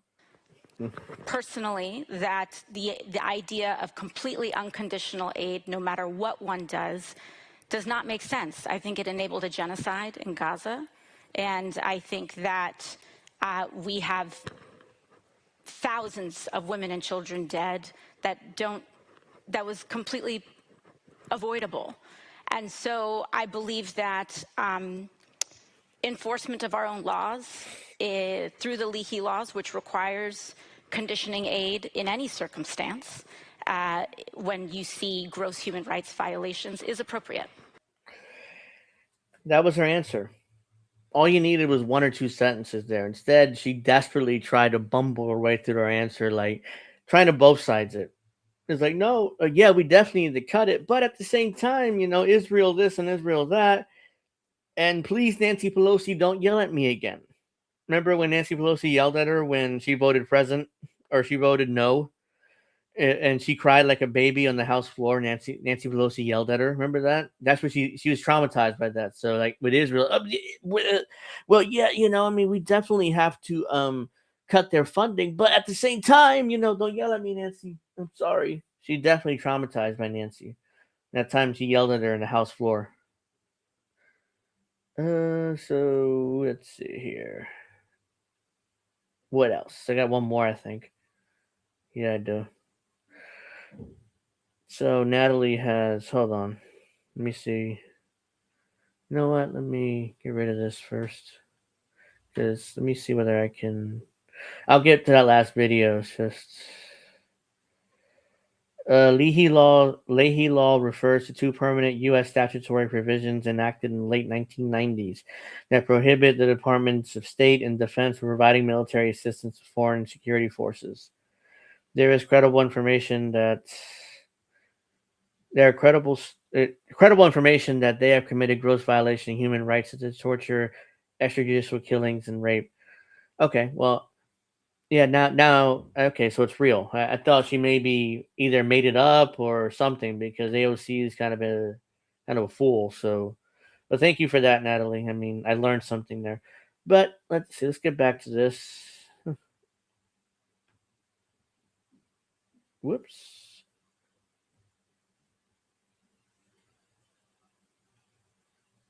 Let's get to that. There we go. Hold on. Witchy says, like my mom, when my mom hit me so hard across the face twice for not saying anything at all, and then telling me you better have a smile on your face when we get where we're going, and I better not embarrass her. Something like that. Yeah, Nancy didn't slap AOC, but he did yell at her in front of the entire House caucus. So of course she voted present, and then started crying to, I think it was, who was it? Was it Rashida Tlaib or somebody from the squad, was kind of consoling her during that. So yeah, it's pathetic. So this is AOC talking about the U.S. and authoritarianism, and somehow everything is Donald Trump's fault. And she also throws in some Russia gating when she talks about Putin. So it's just embarrassing. Just a 20-second follow-up, really, just quick. Are there any particular institutions that a Democratic administration would want to save? Like your voters, is it NATO? Is it the climate accord? Is it the Iran? This should be nothing. This answer should be, I don't want to save any international institutions. The U.S. should focus on itself and rebuilding its country first, our country first, before we focus on the rest of the world. But no, that's not AOC's answer. As a progressive Democrat, by the way. Are there some things where, just give me a lily pad. Well, first and foremost, I think we need to revisit our commitments to international.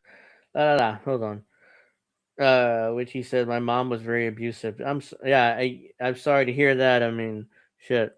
I mean, I had great parents overall, but yeah, I mean, I'm glad that that you were able to get through that point in your life and are now healing, as you said. So good to hear. But I had to load her answer here because she was asked what institutions would you save, or what institution would a Democrat save if they were in charge. So Accord, is it the Iran nuclear?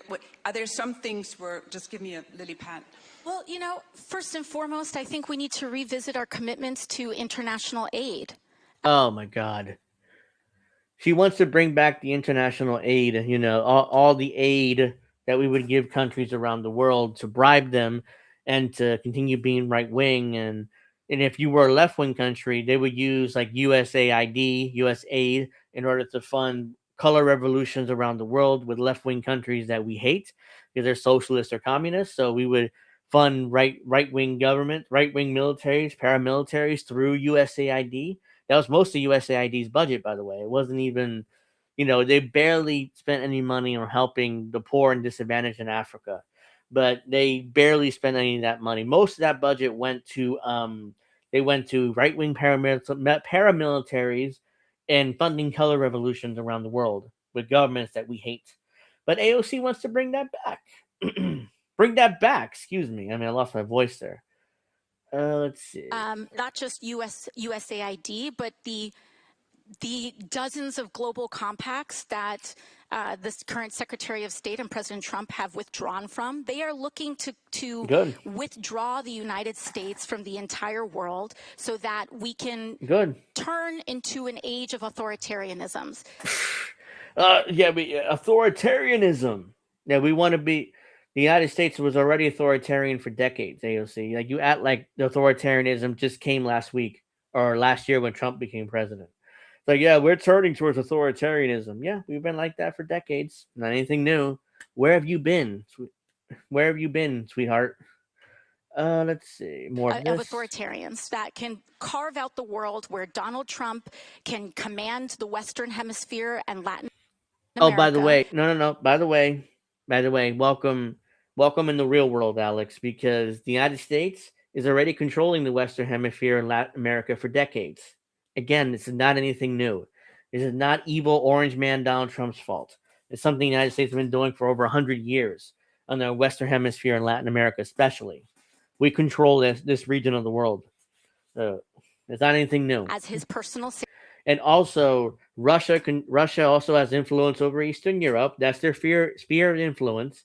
China has their sphere of influence over the South China Sea and that area of the world, in Asia. So all the superpowers have their sphere of influence, is what it's called. That's Geopolitics 101. So AOC clearly struggles with geopolitics and definitions and stuff like that. So it's very embarrassing that I know more than a freaking congresswoman. Sandbox where Putin can saber rattle around Europe, and yeah, that's made up. Again, like she's doing Russophobia, Russiagating here. Well, Putin is going to control Eastern Europe. Well, he already does. The Russians already have that influence there. That's their sphere of influence. Again, it's like it's not new. The Russians have always Going back to the Soviets just straight up occupied Eastern Europe for decades, for what, over nearly 100 years they've been around. So yeah, obviously, duh. Like, come on.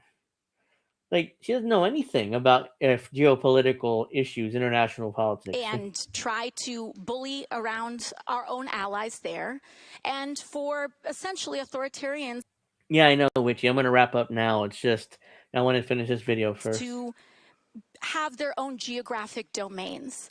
And it actually is the Trans-Pacific Partnership. It is Wait. Did she just say she's going to bring back TPP?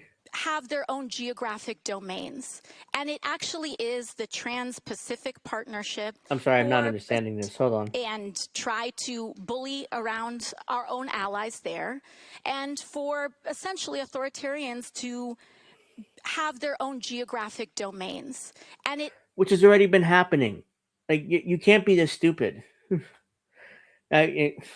actually is the Trans-Pacific Partnership. It is Wait, what does TPP have to do with any of this? Like, I don't understand why she brought up TPP. is our global alliances that can be a hard stop against authoritarian consolidation of power, particularly in the installation of regional puppet governments. I can't understand. I didn't understand that last part. Why did she bring up TPP? She didn't say she was in favor of it, but she did say somehow authoritarian leaders and whatever, then TP, that's called TPP, and the TPP is what? I couldn't make heads or tails of that. I know what TPP, that's why I'm shocked you brought up TPP. Is I'm like, wait, is she in favor of TPP, or let's try to make heads or tails of this, because I can't make head or tails of this.